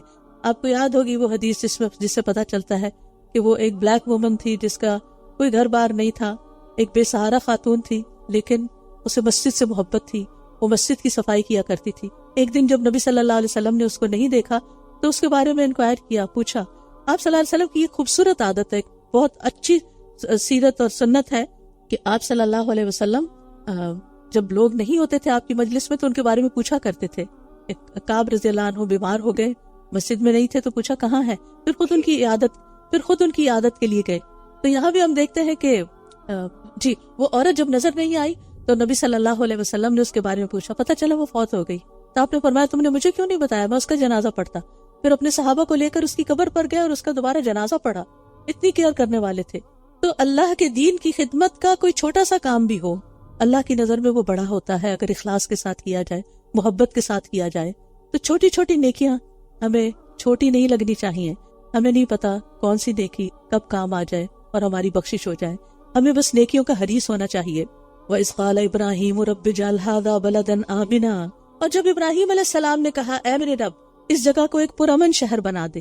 امن بہت بڑی نعمت ہے، کتنے سمجھدار انسان تھے کہ اس شہر کو بسایا، مکہ کے شہر کو، اور اس کے لیے امن کی دعا مانگی۔ وَارْزُقْ أَهْلَهُ مِنَ الثَّمَرَاتِ مَنْ آمَنَ مِنْهُمْ بِاللَّهِ وَالْيَوْمِ الْآخِرِ، اور اس کے رہنے والوں میں سے جو اللہ اور یوم آخرت پر ایمان لائیں ان کو پھلوں سے رزق عطا فرما۔ دوسری چیز رزق مانگا، فرمایا اور جس نے کفر کیا میں اس کو بھی تھوڑا سا فائدہ دوں گا، پھر اس کو آگ کے عذاب کی طرف دھکیل لے جاؤں گا اور وہ لوٹنے کی بری جگہ ہے۔ تو اللہ تعالیٰ صاف صاف بتا رہے ہیں کہ اگر اطاعت گزار نہیں ہوگے تو پیغمبر کی اولاد ہوتے ہوئے بھی، خلیل اللہ کی اولاد ہوتے ہوئے بھی، اللہ کے محبوب کی اولاد ہوتے ہوئے بھی کچھ کام نہیں آئے گا۔ وَإِذْ يَرْفَعُ إِبْرَاهِيمُ الْقَوَاعِدَ مِنَ الْبَيْتِ وَإِسْمَاعِيلُ رَبَّنَا تَقَبَّلْ مِنَّا إِنَّكَ أَنْتَ السَّمِيعُ الْعَلِيمُ، اور جب ابراہیم اس گھر کی بنیادیں اونچی کر رہے تھے، بیت اللہ کی تعمیر کر رہے تھے، اور اسماعیل بھی، اور دعا کر رہے تھے اے ہمارے رب ہم سے قبول فرما لے۔ سبحان اللہ، اس سے بڑی سعادت کیا ہو سکتی ہے کہ انسان کو اللہ کا گھر تعمیر کرنے کا موقع ملے، اور دل ان کے ڈر رہے ہیں، اتنی بڑی نیکی کرنے کے باوجود ڈر رہے ہیں اور دعا کر رہے ہیں اللہ پاک آپ اس کو قبول کر لیں، بے شک تو ہی خوب سننے والا، خوب جاننے والا ہے کہ ہم کس دل اور کس محبت کے ساتھ اس گھر کو بنا رہے ہیں۔ اور پھر خوب دعائیں کر رہے ہیں، ربنا وجعلنا مسلمین لک ومن ذریتنا امۃ مسلمۃ لک وارنا مناسکنا وتب علینا انک انت التواب الرحیم۔ اے ہمارے رب، اور ہم دونوں کو اپنا فرما بردار بنا لے، اللہ ہمیں اپنا اطاعت گزار بنا لے، اور ہماری اولاد میں سے بھی ایسی امت اٹھا جو تیری فرما بردار ہو، اور ہمیں ہماری عبادت کے طریقے سکھا، اور ہمیں ہماری عبادت کے طریقے دکھا، اور ہماری توبہ قبول فرما، بے شک تو بہت توبہ قبول کرنے والا، نہایت رحم کرنے والا ہے۔ اس سے کیا پتہ چلتا ہے کہ اللہ کی عبادت کرتے ہوئے دعائیں بھی مانگنی چاہیے، نیکی کے کام کرتے ہوئے اللہ سے فریادیں بھی کرنی چاہیے، کیونکہ اللہ سبحانہ وتعالیٰ اس سے ناراض ہوتا ہے جو اس سے مانگتا نہیں۔ روزے کی حالت میں خوب دعائیں کرنی ہے، رات کا قیام کرتے ہوئے، نماز کے اندر بھی، اور جیسے اتحیات پڑھ کر، درود شریف پڑھ کر جتنی چاہے دعائیں مانگے، سجدے میں دعائیں مانگے، اور نمازوں کے بعد بھی، اور سحری کے وقت بھی، اور عام دنوں میں بھی۔ آپ جب گھر سے نکلتے ہیں، قرآن کی مجلس کے لیے آ رہے ہیں، اللہ کے دین کے لیے آ رہے ہیں، دین سیکھنے کے لیے آ رہے ہیں، اور طالب علموں کے راستے میں تو رشتے پر بچھاتے ہیں، ان سے محبت کرتے ہیں، ان کو گھیر لیتے ہیں، ان پہ سکینت اترتی ہے، تو آپ ساتھ ساتھ کیا کریں؟ اللہ سے باتیں کرتے ہوئے آیا کریں، دعائیں مانگتے ہوئے آیا کریں، یہ دعاؤں کی قبولیت کے اوقات ہوتے ہیں۔ ابراہیم علیہ السلام نے جتنی دعائیں مانگی سب قبول ہوئی، اور یہاں کیا مانگ رہے ہیں کہ ہمیں اپنا فرما بردار بنا۔ کبھی ہم نے بھی یہ دعا کی کہ اللہ ہمیں اپنا فرما بردار بنا لے؟ کتنی دفعہ یہ دعا کرتے ہیں کہ اللہ ہماری اولاد کو اپنا فرما بردار بنا لے؟ یہ دعا اپنی دعاؤں میں شامل کر لیں کہ اللہ ہمارے بچوں کو اپنا فرما بردار بنا لے، اور ہمیں ہماری عبادت کے طریقے سکھا۔ ہمیں تیری صحیح طرح عبادت کرنی نہیں آتی، ہمیں اس کا علم عطا کر، ہمیں وہ طریقے سکھا اور ہمیں دکھا۔ یہاں ارنا کا لفظ خاص توجہ کا حامل ہے کہ صرف کتاب پڑھ کے طریقہ نہیں آتا، استاد کی ضرورت ہوتی ہے۔ اسی لیے نبی صلی اللہ علیہ وسلم کے پاس جبریل علیہ السلام نے آ کر نماز پڑھنے کا باقاعدہ طریقہ بتایا، یعنی آپ صلی اللہ علیہ وسلم کے سامنے ڈیمونسٹریٹ کیا، اوقات بھی بتائے اور طریقہ بھی بتایا کہ رکوع کیسے کرنا ہے، سجدہ کیسے کرنا ہے، کہاں کیا پڑھنا ہے، یہ ساری چیزیں سکھائی گئی آپ کو۔ اور پھر آخر میں اللہ تعالیٰ کی 2 صفات کا ذکر کرتے ہیں کہ اللہ پاک آپ تواب بھی ہیں، رحیم بھی ہیں۔ تواب جو توبہ کرنے والوں پر مسلسل مہربان ہوتا رہتا ہے، گناہ کرنے والوں کے گناہ معاف کر دیتا ہے۔ جو بھی اللہ سے سچی توبہ کرتا ہے اللہ تعالیٰ اس پر مہربان ہو جاتا ہے اور ان کو پھر مزید توبہ کی توفیق دیتا ہے اور ان کے گناہوں سے درگزر کرتا ہے۔ اللہ تعالیٰ بہت بخشش فرمانے والا، بڑا ہی مہربان ہے۔ اللہ تعالیٰ فرماتے ہیں قُلْ يَا عِبَادِيَ الَّذِينَ أَسْرَفُوا عَلَىٰ أَنفُسِهِمْ لَا تَقْنَطُوا مِن رَحْمَةِ اللَّهِ إِنَّ اللَّهَ يَغْفِرُ الذُّنُوبَ جَمِيعًا إِنَّهُ هُوَ الْغَفُورُ الرَّحِيمُ۔ کہہ دیجئے اے میرے بندو جنہوں نے اپنی جانوں پر زیادتی کی، اللہ کی رحمت سے نا امید نہ ہونا، بے شک اللہ سب کے سب گناہ بخش دیتا ہے، بے شک وہی تو بے حد بخشنے والا، نہایت رحم فرمانے والا ہے۔ اس لیے ہم میں سے کوئی بھی مایوس نہ ہو، جتنے بھی بڑے گناہ ہوں، جتنے بھی زیادہ ہوں، سب معاف ہو جائیں گے۔ بس ضرورت اس بات کی کہ اس کی طرف لوٹ آئیں اور پھر گناہوں کی طرف نہ لوٹیں۔ اللہ تعالیٰ دن اور رات توبہ قبول کرنے والا ہے۔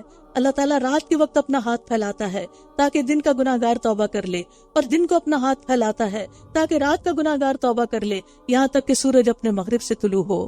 پھر مزید دعائیں مانگتے ہیں ابراہیم علیہ السلام، ربنا وابعث فیہم رسولا منہم یتلو علیہم آیاتک ویعلمہم الکتاب والحکمہ ویزکیہم انک انت العزیز الحکیم۔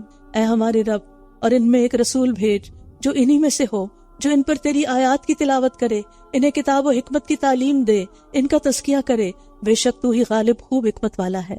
اور ابراہیم علیہ السلام کی یہ دعا بھی بعین ہی قبول ہو گئی۔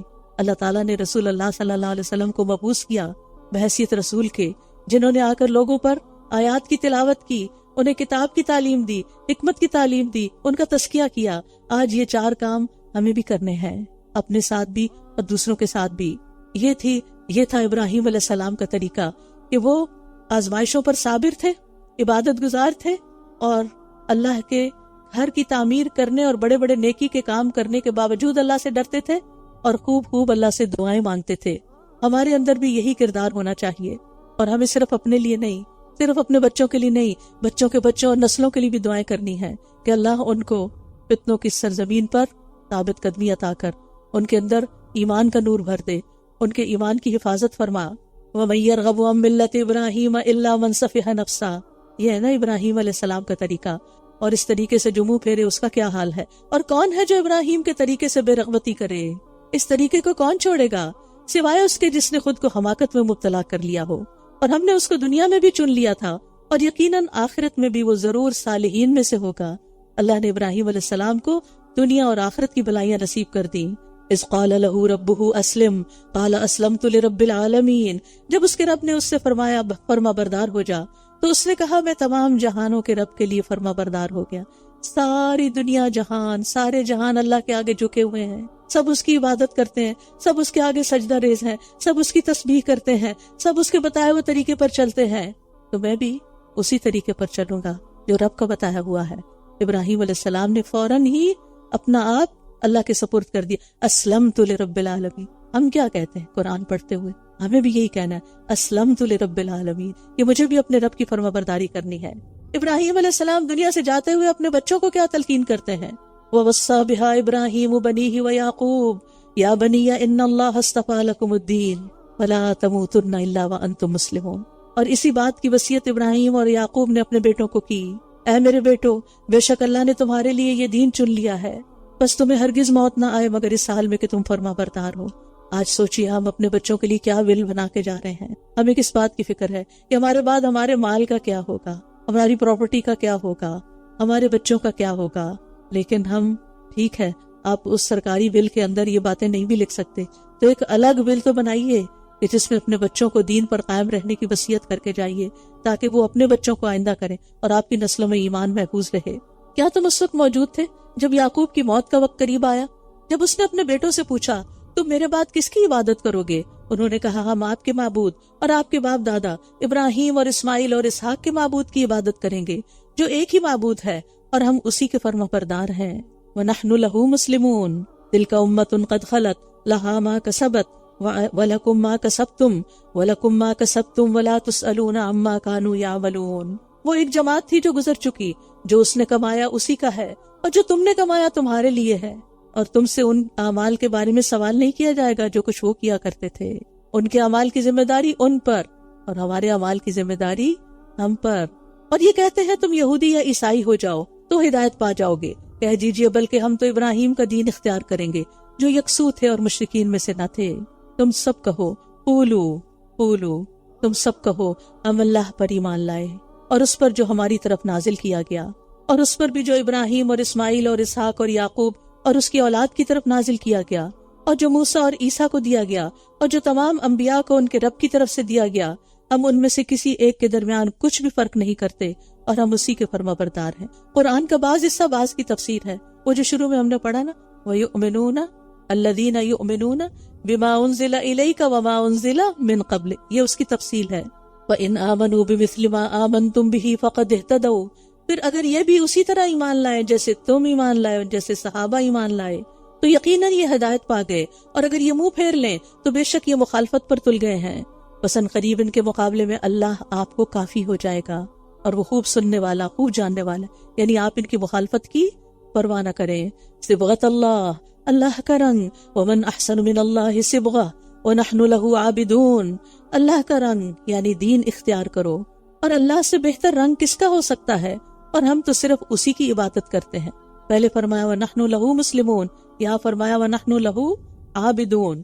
کہہ دیجئے کیا تم اللہ کے بارے میں ہم سے جھگڑتے ہو، حالانکہ وہی ہمارا اور تمہارا رب ہے، اور ہمارے لیے ہمارے اعمال اور تمہارے لیے تمہارے اعمال ہیں، اور ہم تو اسی کے لیے مخلص ہیں. اب فرمایا وَنَحْنُ لَهُ مُخْلِصُونَ، تو ہمیں کیا کرنا ہے؟ مسلمون، عابدون، مخلصون. پہلے اپنا آپ سرنڈر کر دینا ہے، پھر اس کی عبادت کرنی ہے، اور عبادت میں اپنے آپ کو اللہ کے لیے خالص کرنا ہے. کیا تم کہتے ہو کہ ابراہیم اور اسماعیل اور اسحاق اور یعقوب اور اس کی اولاد یہودی تھے یا عیسائی؟ کہہ دیجئے کیا تم زیادہ جانتے ہو یا اللہ اور اس سے بڑھ کر ظالم اور کون ہوگا جو اس گواہی کو چھپا لے جو اللہ کی طرف سے اس کے پاس ہو، اور جو کچھ تم کرتے ہو اللہ اس سے ہرگز غافل نہیں. تلک امۃ قد خلت لہا ما کسبت ولکم ما کسبتم ولا تسألون عما کانوا یعملون. یہ ایک جماعت تھی جو گزر چکی، جو اس نے کمایا اسی کا ہے اور جو تم نے کمایا تمہارے لیے ہے، اور تم سے اس کے بارے میں سوال نہیں کیا جائے گا جو کچھ وہ کیا کرتے تھے. جو انہوں نے کیا وہ ان سے پوچھا جائے گا. بہت سے لوگ تاریخی واقعات کو موضوع بحث بنا کر آپس میں لڑتے جھگڑتے رہتے ہیں، کسی کو گالیاں دیتے ہیں، کسی کی بہت زیادہ تعریف کرتے ہیں. ہمیں ایسے معاملات میں خاموش رہنا چاہیے. جو ہو چکا تو ہو چکا، جو گزر گیا تو گزر گیا. انہوں نے جو کیا ہم سے نہیں پوچھا جائے گا. ہم سے یہ نہیں پوچھا جائے گا کہ تم نے فلاں کو گالی کیوں نہیں دی تھی، اور ہم سے یہ نہیں پوچھا جائے گا کہ تم نے فلاں کی مدح میں زمین آسمان کے کلابے کیوں نہیں ملائے تھے. اور یہاں بھی آپ دیکھیں کہ جو آخر میں بات کہی گئی وہ کیا ہے؟ اللہ کا رنگ اور صحابہ جیسا ایمان. ٹھیک ہے، اللہ کا رنگ، صحابہ جیسا ایمان. لہٰذا اسی کی ہم نے کوشش کرنی ہے، اور اسی کے لیے ہم نے قرآن پڑھنا ہے تاکہ ہمارے اوپر بھی اللہ کا رنگ آ جائے. اور اللہ سے بڑھ کر رنگ کس کا اچھا ہے؟ ہم دوسروں کے رنگ میں رنگنے کی کوشش کرتے ہیں اپنے آپ کو، تاکہ اپنے آپ کو وہاں اکاموڈیٹ کر سکیں، ایڈجسٹ کر سکیں، ان کی پسند کے بن جائیں. لیکن کیا واقعی آپ پسند کے بن گئے؟ نہیں. دنیا کی پسند کا بننا بڑا مشکل کام ہے، لیکن اگر آپ اللہ کے فرما بردار بنیں گے اور اللہ کے رنگ میں رنگیں گے تو اللہ کے محبوب بن جائیں گے. اللہ تعالی ہمیں اس کی توفیق عطا فرمائے.